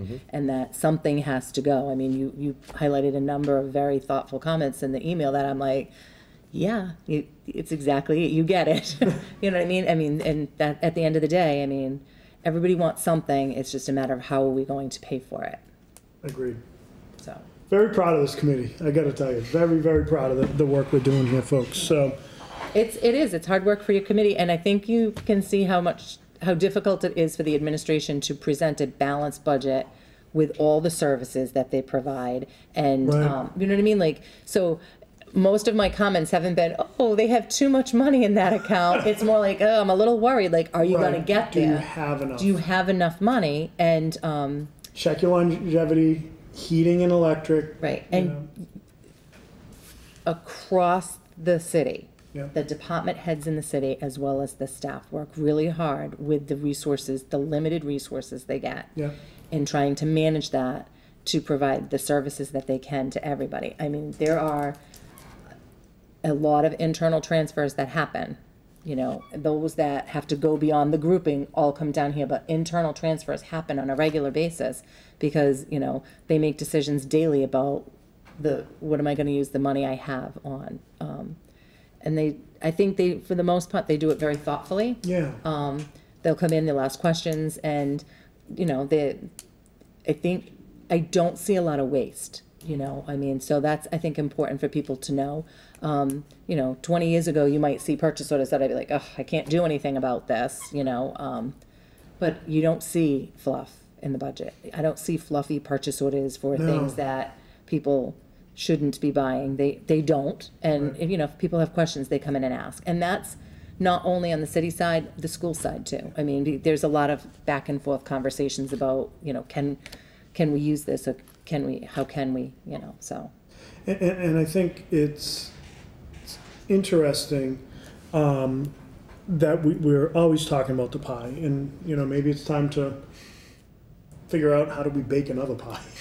Yes. You know? Well, if you figure out how to bake another pie, there'll be a lot of people there to eat it. A lot of people to eat it. But you know what? And even if you look at some of the things that have come out of this committee, even just this term, a lot of it's need to have. You know, we're not really transferring a lot of nice to have items. So, you know, all right. But you're forward thinking. You're constantly moving forward, right? Right. And that's important too. Yeah, and that's what, you know, we have to continue to do. So. While we're on a little bit of a tangent and aligned with Councilor Conti's comments about the capital improvement plan, one of the things I noticed in looking through the overall budget was when I went and added up all the lines for debt service, I noticed debt service had decreased by roughly 500,000 or so. And I was also looking, I know we had talked about potentially bonding on the city side for roughly $5 million Right. worth of urgent capital improvement projects. I didn't see many of those capital improvement projects in the budget as presented to us, and that was something, maybe if we had finished the capital improvement, from a budget perspective, I'd love to see that show up in the budget as presented to us. And maybe I missed it in this, but I didn't. You didn't. You did. Okay. Historically, that's not how it comes down. It doesn't mean it's not a model that we should move towards. Right. Or, you know, I did not specifically answer your debt questions because I need to go and pull and do some course, research yeah. on that. One of the big debt pieces, though, from fiscal 2018 Peter Thatcher. was Peter Thatcher. Roger. So Peter Thatcher was in your 18 budget. No income to offset from MSBA. That's why the 767,000 or thereabouts, I don't remember the exact number, came from the stabilization fund to fund the fiscal 2018 and 18 18, budget. yeah. So there was some difference in debt there, and debt, you know, is not all completely level funded, but I'd have to go back from the different sections, and the treasurer's not in this week, so that Oh, but I I didn't would. realize that that had been paid from the stabilization fund, so that's, Right, so we moved in fiscal 18, there was a. right. Yeah. I do remember hearing that Yeah. now, but. Yeah, so that's actually a perfect example of what you were talking about earlier with stabilization being a one-time expenditure, so, And then the council put the money back in the fall. yep. But that was the old MSBA model of funding. But so that doesn't necessarily indicate a decrease in debt service, or debt capacity. Capacity is different than the service. Sorry, the but- amount we're spending on debt Right, service. so Actually, it does though, doesn't it? you would have had reduced, but you didn't have the funding source in 18 either, right? Right, So right, unless yes. you were going to be willing to, if you kept your debt service level to last year, 2018, spot on level, you'd have to make that contribution from another source. Last year's contribution was from the stabilization fund. Got it. 18 was an anomaly, though, I'm sorry. 18 was an anomaly because prior to 18, MSBA was making a greater contribution to the budget. You had a revenue source in 18, in 17 that you didn't have in 18 from MSBA. Okay. No, that all makes sense. I was just concerned when I went through and added everything up to see it decreased by 500,000 when we're talking about a number of different Right. potential bonds, and so. But moving forward, it would probably be good if we could do the capital improvement early so that we could potentially see that in the budget as part of working together. No, very good comments. So I'm scared. What he is saying to you is exactly what I wanted to say to you. The two of us want to talk to you. We can't talk to you because we're on the same committee. The open meeting law won't allow us, the two of us, to meet with you one-on-one. This is the only format that we can have this conversation. So Because- you're welcome. I'm just kidding. I'm just kidding. You've always not Just wanted to kidding. go into the debt capacity Right. discussion. Every time I bring it up, you've said it's not the time. You know, you've always said it's not the time. And maybe this is not the time, but No, I we're think going this- to need a time, sometime after the budget, Yeah. maybe in the summertime, where we can have a public committee meeting with Deb and Todd and I to talk about debt, the debt capacity, Yep. the debt Bible. We want Laura here. We want copies, all of us, of the debt Bible for that meeting so that I can get a better understanding of where that, and you know that Council Parika is sweating over this. So I want to resolve that this summer if we could, Mr. Chairman. If you're game, I'm game. I'm always It has willing to to be sit an in a open meeting. meeting. But Yeah, that's then fine. that's okay. I Then can it's a schedule public it. forum and everybody, so they might not like what we have to say, right? But Right, but that's but it is what our it is, jobs. right? And it's not for the public, it's a committee meeting. The public has no say and no comment in our meeting. I know you said the city treasurer, that's Yes. critically important. Yes, it is. I think that it would be extraordinarily helpful to have Barry there too, because when people talk about debt, there's multiple components, right? Yes. And depending on who it is the project person, they care about the money for their project. I care about So, all of the pieces, Mr. Laura Chairman, cares would about you cash put that flow. in your schedule of things to do? Looking at it Schedule a right now as meeting we sometime speak. in the summertime, maybe on a Wednesday. Is there a time that anyone's away? I'd like to do it sooner than later. Are you away in July at all? Probably not on a Wednesday, if that's the recommended day of the committee meeting. I could probably make it. I don't have my calendar because I didn't think we Yeah. could have phones near this stuff. So, It's on airplane mode. oh, I didn't know that helped. Yeah. So I don't have my phone, but I'm sure I can make it to a meeting. And I Why think don't it's important. why don't I schedule it tentatively for July 11th? And then I think it's especially important to have those conversations because I'm gonna need the council to take some action relative to the recap because of the debt exclusion. And what time would that potentially be on July 11th? Would 6 o'clock work all right? 6:30. 6:30 is fine. If 6:30 works for you, Deb. Sure. July 11th, correct? Yep.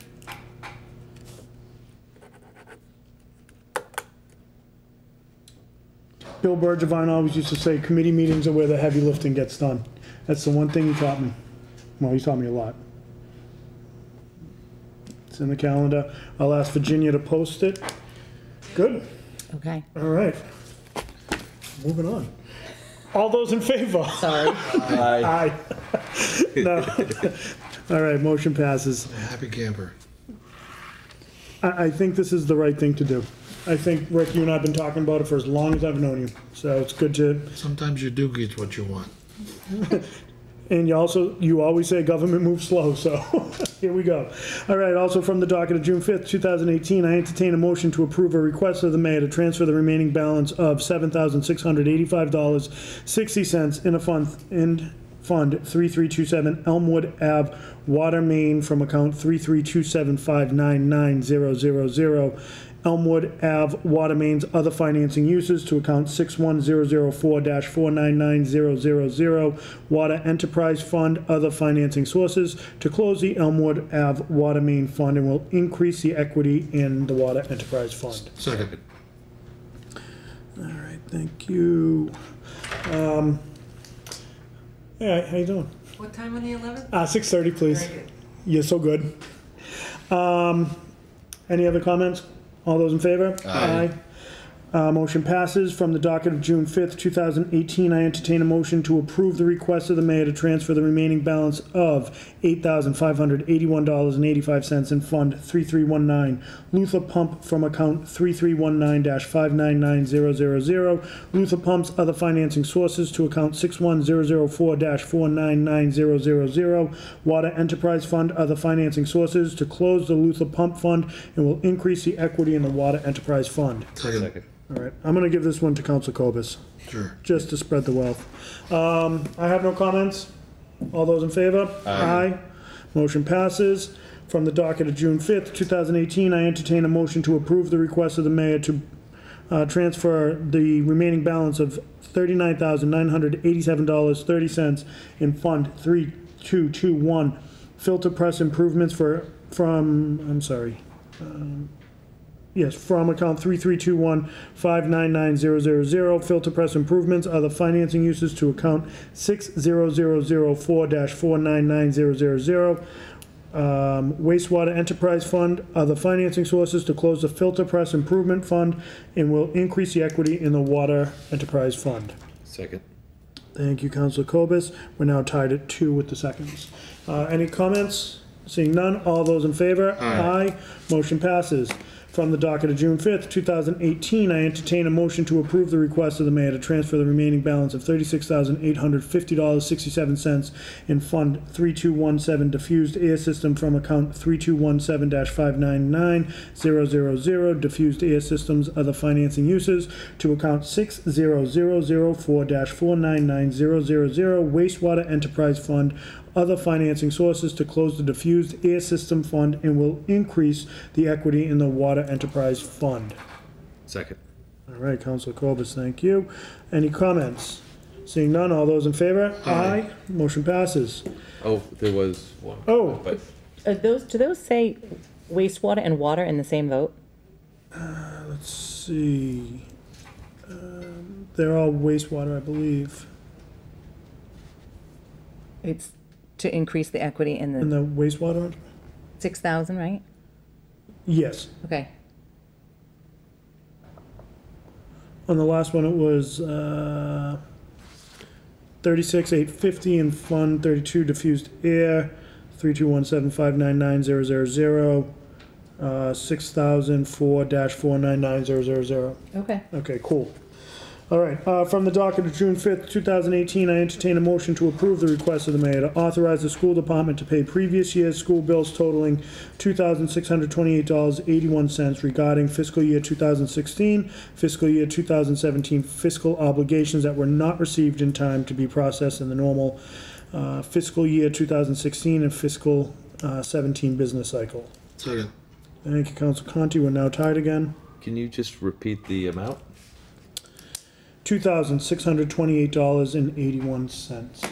So these are obligations we have to pay.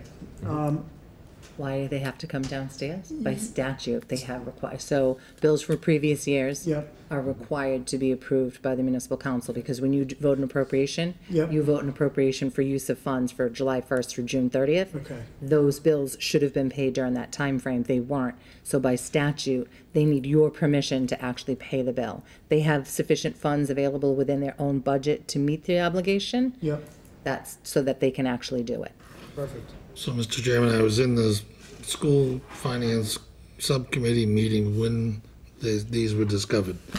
And I have copies of the actual invoices in my valise, but I can tell you that there was a sincere and honest mistake. Yep. That they weren't paid. Trust me. That concludes my comments. I think we've all been there. Yeah, I have the same in my email, so it's good. It's a nice check and balance. So, any other comments, questions, concerns? All those in favor? Aye. Motion passes. Good. Now, we're gonna get into just, we have what, 1, 2, 3, 4, 5, 6, 7, 8, 9. We have 9 quick motions. These are just the dollar amounts of what we need to make up the budget, and we can hold them until we discuss. My goal is to have the budget voted. Let me just get the calendar out. So do you want to make the motions in a second and leave them open? Yeah. Okay. Yeah. Virginia has a question. Hi, Virginia. Yes, Did you have a question? June 12th, I think, was it? June 12th, yep. Yeah, so good. June 12th is when I plan to vote the meeting, to vote everything out in front of the whole council. I'm probably also going to call for a meeting on the 14th, and that's where we can deliberate on the budget message. Vote the budget message on the 19th, and we'll have this thing put to bed. All right. From the supplemental docket of May 15th, 2018, I entertain a motion to approve the request of the mayor under the provisions of Chapter 44, Section 53E and a half, as amended, to approve the expenditure limits for the following revolving funds outlined under Chapter 20 of the revised ordinances of the City of Attleboro for fiscal year 2019. Fund 2601, police replacement of vehicles, $280,000. Fund 2602, off-street parking, $250,000. Fund 2603, protective inspection services, $75,000. Fund 2604, residential special waste disposal, $700,000. Fund 2606, council on aging, $20,000. Fund 2607, Capron Park Zoo, $1,500,000. Fund 2609, fire alarm system testing, $40,000. Fund 2610, fire ambulances, $1,100,000. Fund 2611, health immunization, $10,000. Fund 2614, recreation, $200,000. Fund 2615, animal welfare, $6,000. Fund 2616, police false alarm, $50,000. Fund 2618, animal shelter building, $15,000. Fund 2615, fingerprinting, $5,000. Second. Thank you, Councilor Conti. And Deb has been really good, and Councilor, if you haven't received a copy of the revolving funds, we can get those I out. can print a complete Yeah. set for you and put it in your box for Yes, please. all three. Yep. Deb's been doing a really nice job of presenting them. Yeah, Thank you. they're going to deliberate on it. Okay. Yeah, there'll be plenty of time. Any other questions, comments, concerns? Seeing none, all those involved, You want to leave it open? Leave it open, Leave it right. open. yes, I'm just reading it in the record, correct. Also, these are all from the supplemental of May 15th. I entertain a motion to approve solid waste fee of $23.91 per unit to be credited to Fund 2604 residential special waste disposal for the fiscal year 2019. I don't even know, do we need, Yes, you need to do that. okay. Sorry. No, I'm glad. This whole structure is the change because of the Modernization Act. Correct. So the limits that, so there's no changes in the language because that would require an ordinance change. Yep. The limits that you set last year are slightly different than those that were presented, so I think somebody remembers that. But the dollar amount that you just read, the 23, I don't have it in front of me, the 2391. 91, that's the portion that has to go to the revolving fund to meet the obligations that they explained to you last night, and that's a change from the old model. So that's a new vote. That was, last year was the first time that you had to do that vote. This is the second year for that. Okay, thank you. So keeping these open, I entertain, so I guess procedurally, my question is, do I need seconds on these while I'm reading them into the record tonight? I believe it's best to get the second, And we can because move it it's on. open for discussion, so it's almost like a public hearing. Yeah. we'll You, move it you, over. you hold it open for further comment from the committee, Yeah, and then the committee can close it and vote on it, and then it can become a council discussion. Do we have to move to table it, though? Not the table. no, It's just if motion was made and seconded, but not voted. so worst case scenario, it's gonna be read into the record. And that's really what tonight's about, is just getting it read into the record, so we don't have to do that. Actually, you could actually take a vote on them, because if, And then just hold them in committee. hold them in committee, no, That's- once you vote on them, they go out of committee. No, because we can hold them in committee. And I think Only if you don't vote on them. No, because there's been times that we've voted on things in committee and we've held them and not brought them out. I don't think Mark will let you do that.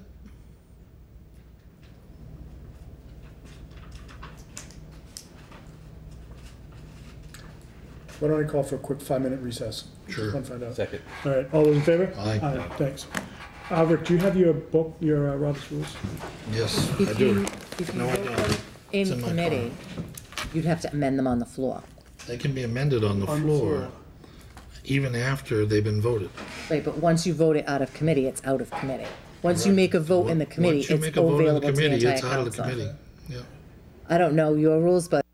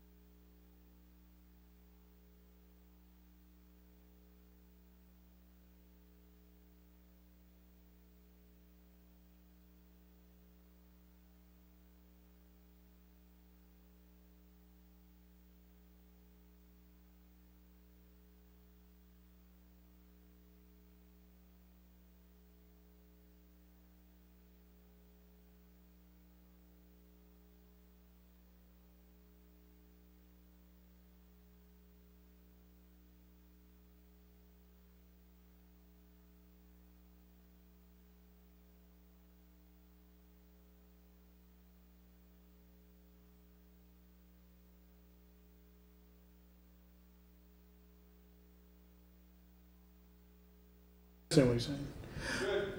All right, I would call budget and appropriations back to order at 7:48.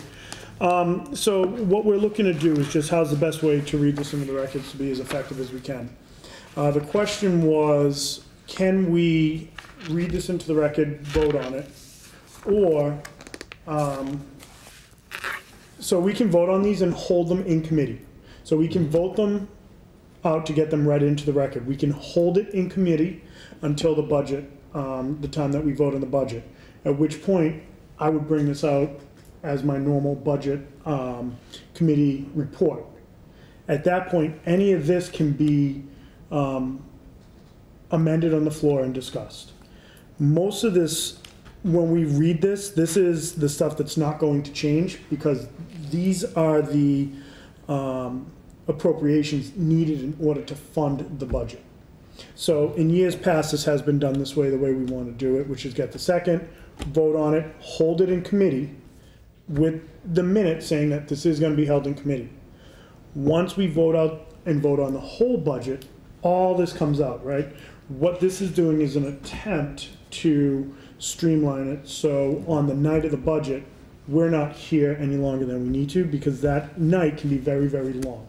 But at that point, we can amend the specific numbers. Correct. Okay. You can move to amend, whether or not it's Of course. correct. So I'm comfortable with that. all right, thank you. Council Conti.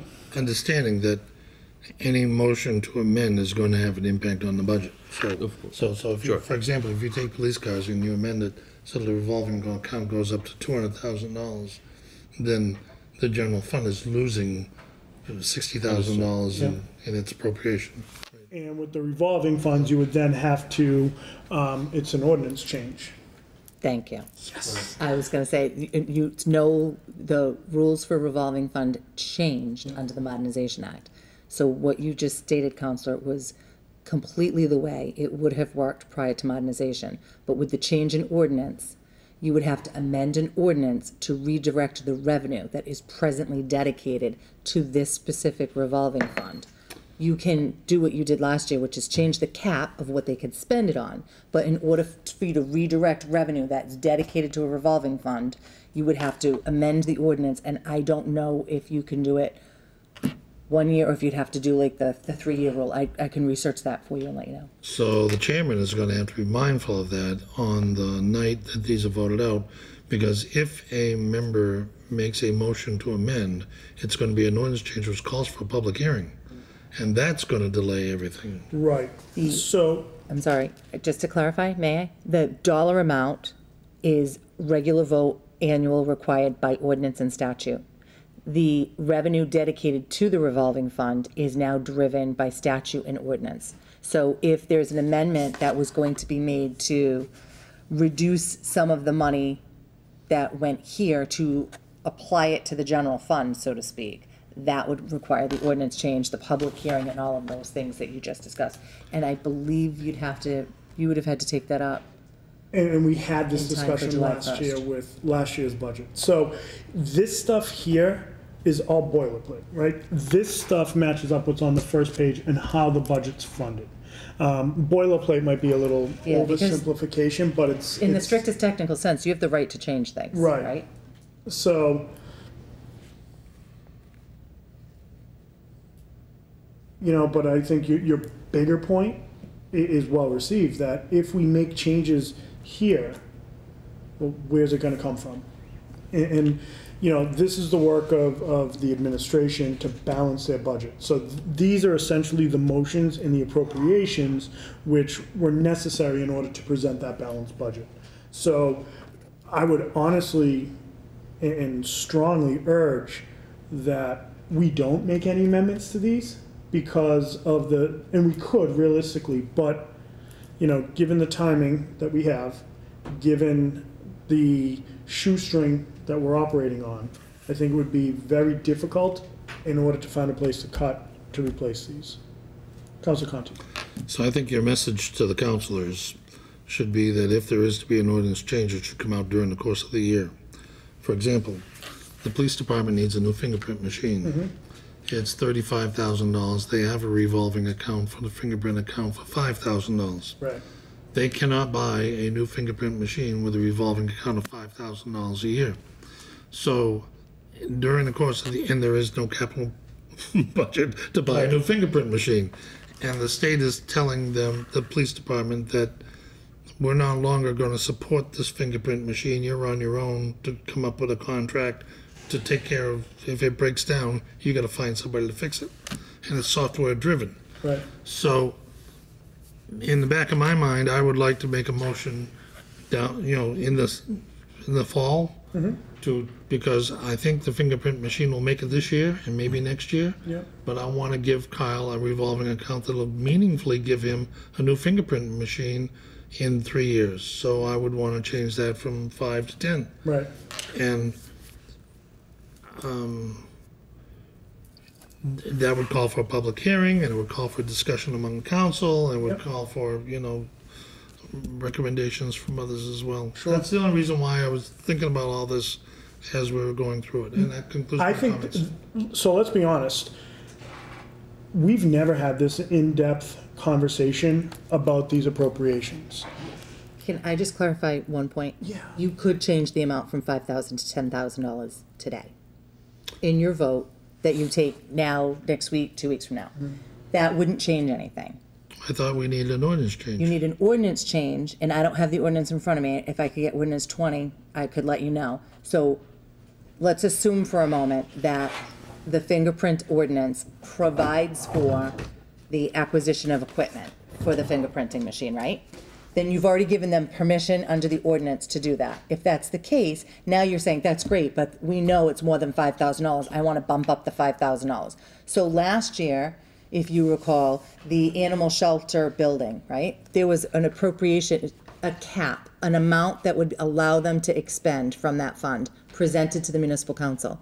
Someone on the council floor said, we don't want them to be able to spend that money. It's a brand new building, and I'm paraphrasing, I wasn't here, so I don't know, right. But you said that should build up to become something. So last year's vote, you made that be zero, right? You didn't change the revenue stream, which is what would the ordinance be, and that would impact the general fund. All you said was, go ahead and put the money in there that we, by ordinance, have designed for you to do. You just can't spend it this year. Now, that provision also means during the course of the year, had something happened to the animal shelter, that department, through the administration, had the opportunity to come back and say, we have the revolving fund, it's established, but you didn't let us spend any of it. Could you please now increase our cap and let us spend $10,000 out of that? That vote can happen anytime during the year. The difficulty of potentially impacting the general fund budget as to the revolving funds would be if you chose to, and if you said, let's see an easy one. None of them are easy off the top of my head, but let's use the off-street parking, right? If you said, right now, I think it's 50% of the revenue goes to the off-street parking and 50% goes to the general fund. That's outlined in the ordinance. Where the money goes, the revenue stream is in the ordinance. If you wanted to modify that to the general fund, you would need an ordinance change. What you're doing here is saying you can spend $250 of the money that by ordinance is dedicated to that fund. Council on Aging, the inspection services, all of these, there's an ordinance that says this is the amount of money that, not the amount of money, I apologize, the type of money that can go into this fund. And your ordinance also says what they can use that money on. So last year we went through the ordinance and we very specifically said, okay, capital projects are included, salary and wages excluded. That type of specificity is in the ordinance.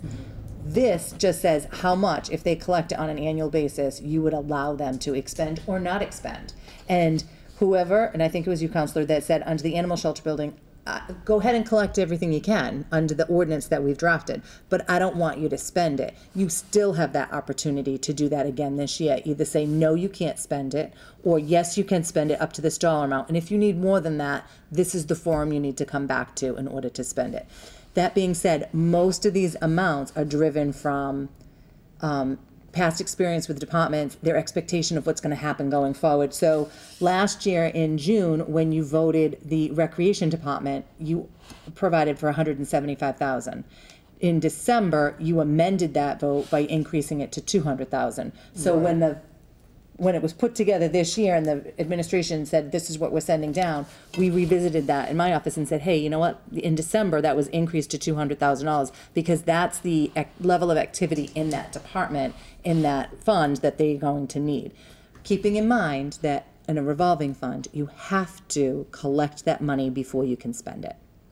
So, I don't know if that helps the discussion Yes, it or does. hurts it, but. Yes, it does. Thank you. It does. So I want to open this up to you guys. So I'm thinking we can do one of two things. We can continue and just vote these out and hold them, or we can withdraw the second and we can do a different meeting with all the councils here where, so we're not kind of spinning our wheels and repeating this all again. What do you think? I'm kind of saying let's be inclusive. Mm-hmm. I'm kind of thinking that I'd like, and I'd like them to understand what you just explained. And I know they won't watch this video, so you're going to be responsible for explaining it. Yeah. And that makes sense. Yeah, I just think that, Comfortable with that. you know, and the more I think about it, and given the budget concerns and issues we've had over recent past, there's no real rush to get this in, right?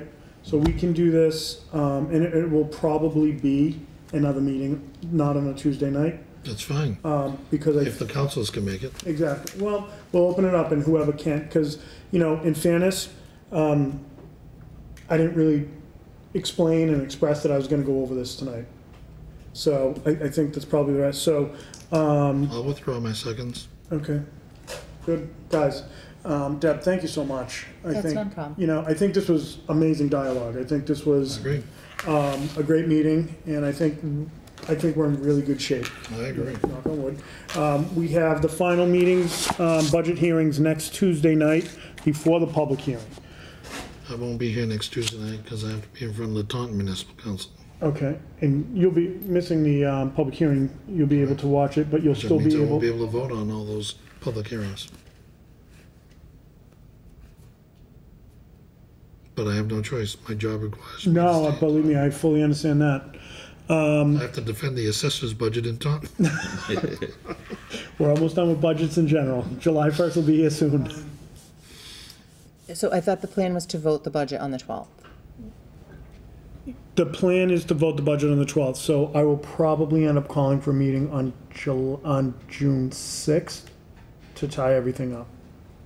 Okay, and that's Wednesday the 6th. That's Wednesday the The 6th. only night I'm not available is the 12th. So I'm happy to answer, like, I'll make myself available on the 6th. That's a Okay. Wednesday night. Yeah, And I'll come to that, and if I can answer other questions for folks, I'm happy to do so. Sure. Unfortunately, I have an obligation on the 12th, yeah, what you told me about. 7th, I- you know. I do as well. I'm Okay. actually going to be in California that whole week. So let's talk offline and try to. Well, no, let's talk online now and try to get this hammered Okay. out. It's It's just- too important. The week of June 11th through 15th, I'll be in California for work.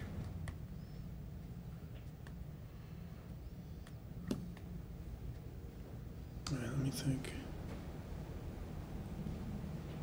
Nonsense committee next. 5th is so the 29th is a special meeting because it's the 5th That's next Tuesday. week. You have So then the 5th will be, 2 weeks away. so we'll have to call for potentially a, unless we voted on the 19th, but damn, that's close. Yeah, that's my concern. That's, My concern of the 19th is that you're up against your maximum number of days.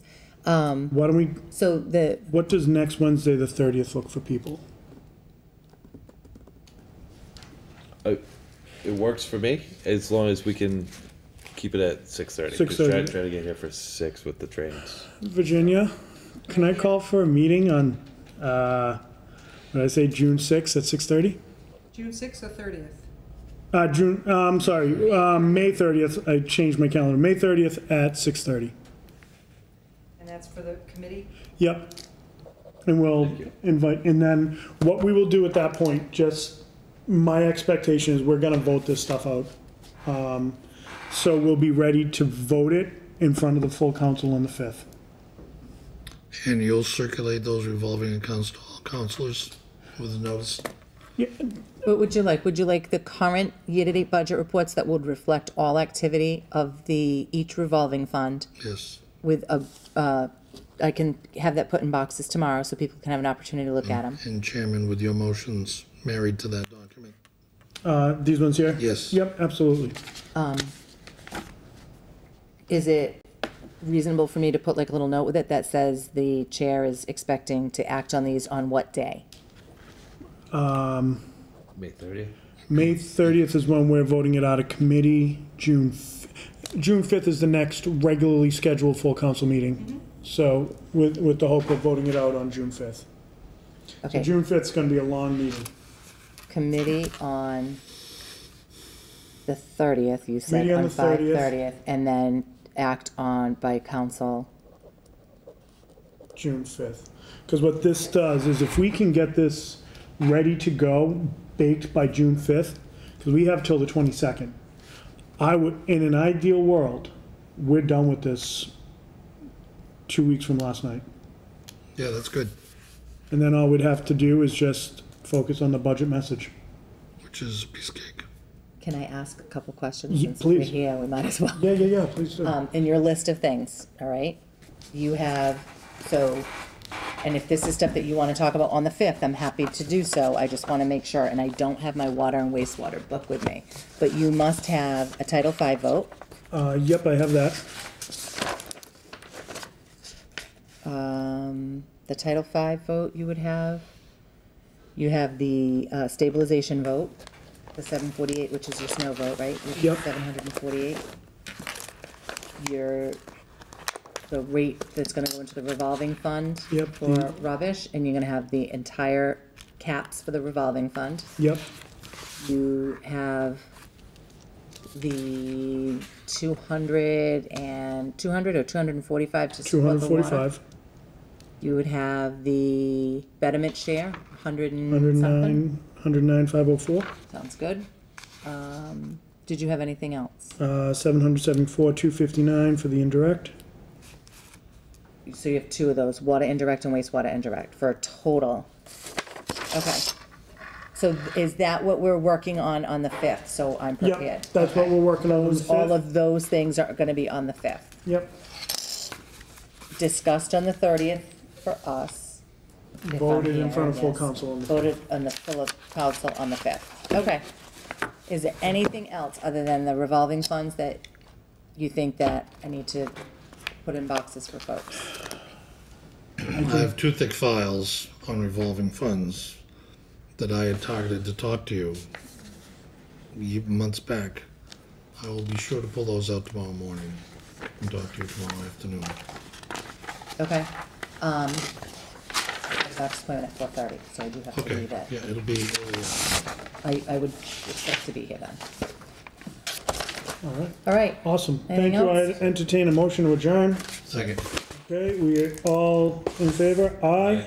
We are adjourned at 8:06. That's it. Thank you very much. Whew. I thought you said 15 minutes. What happened? Yeah, I know. We don't know how to The tell posting time. was for 6:30 Yes. for May 30, 30th. For May 30, 6:30, 6:30, yep. June And 5th. July 11th. June 5th's a regular meeting. Yep. But July 11th. July 11th at 6:30 as well.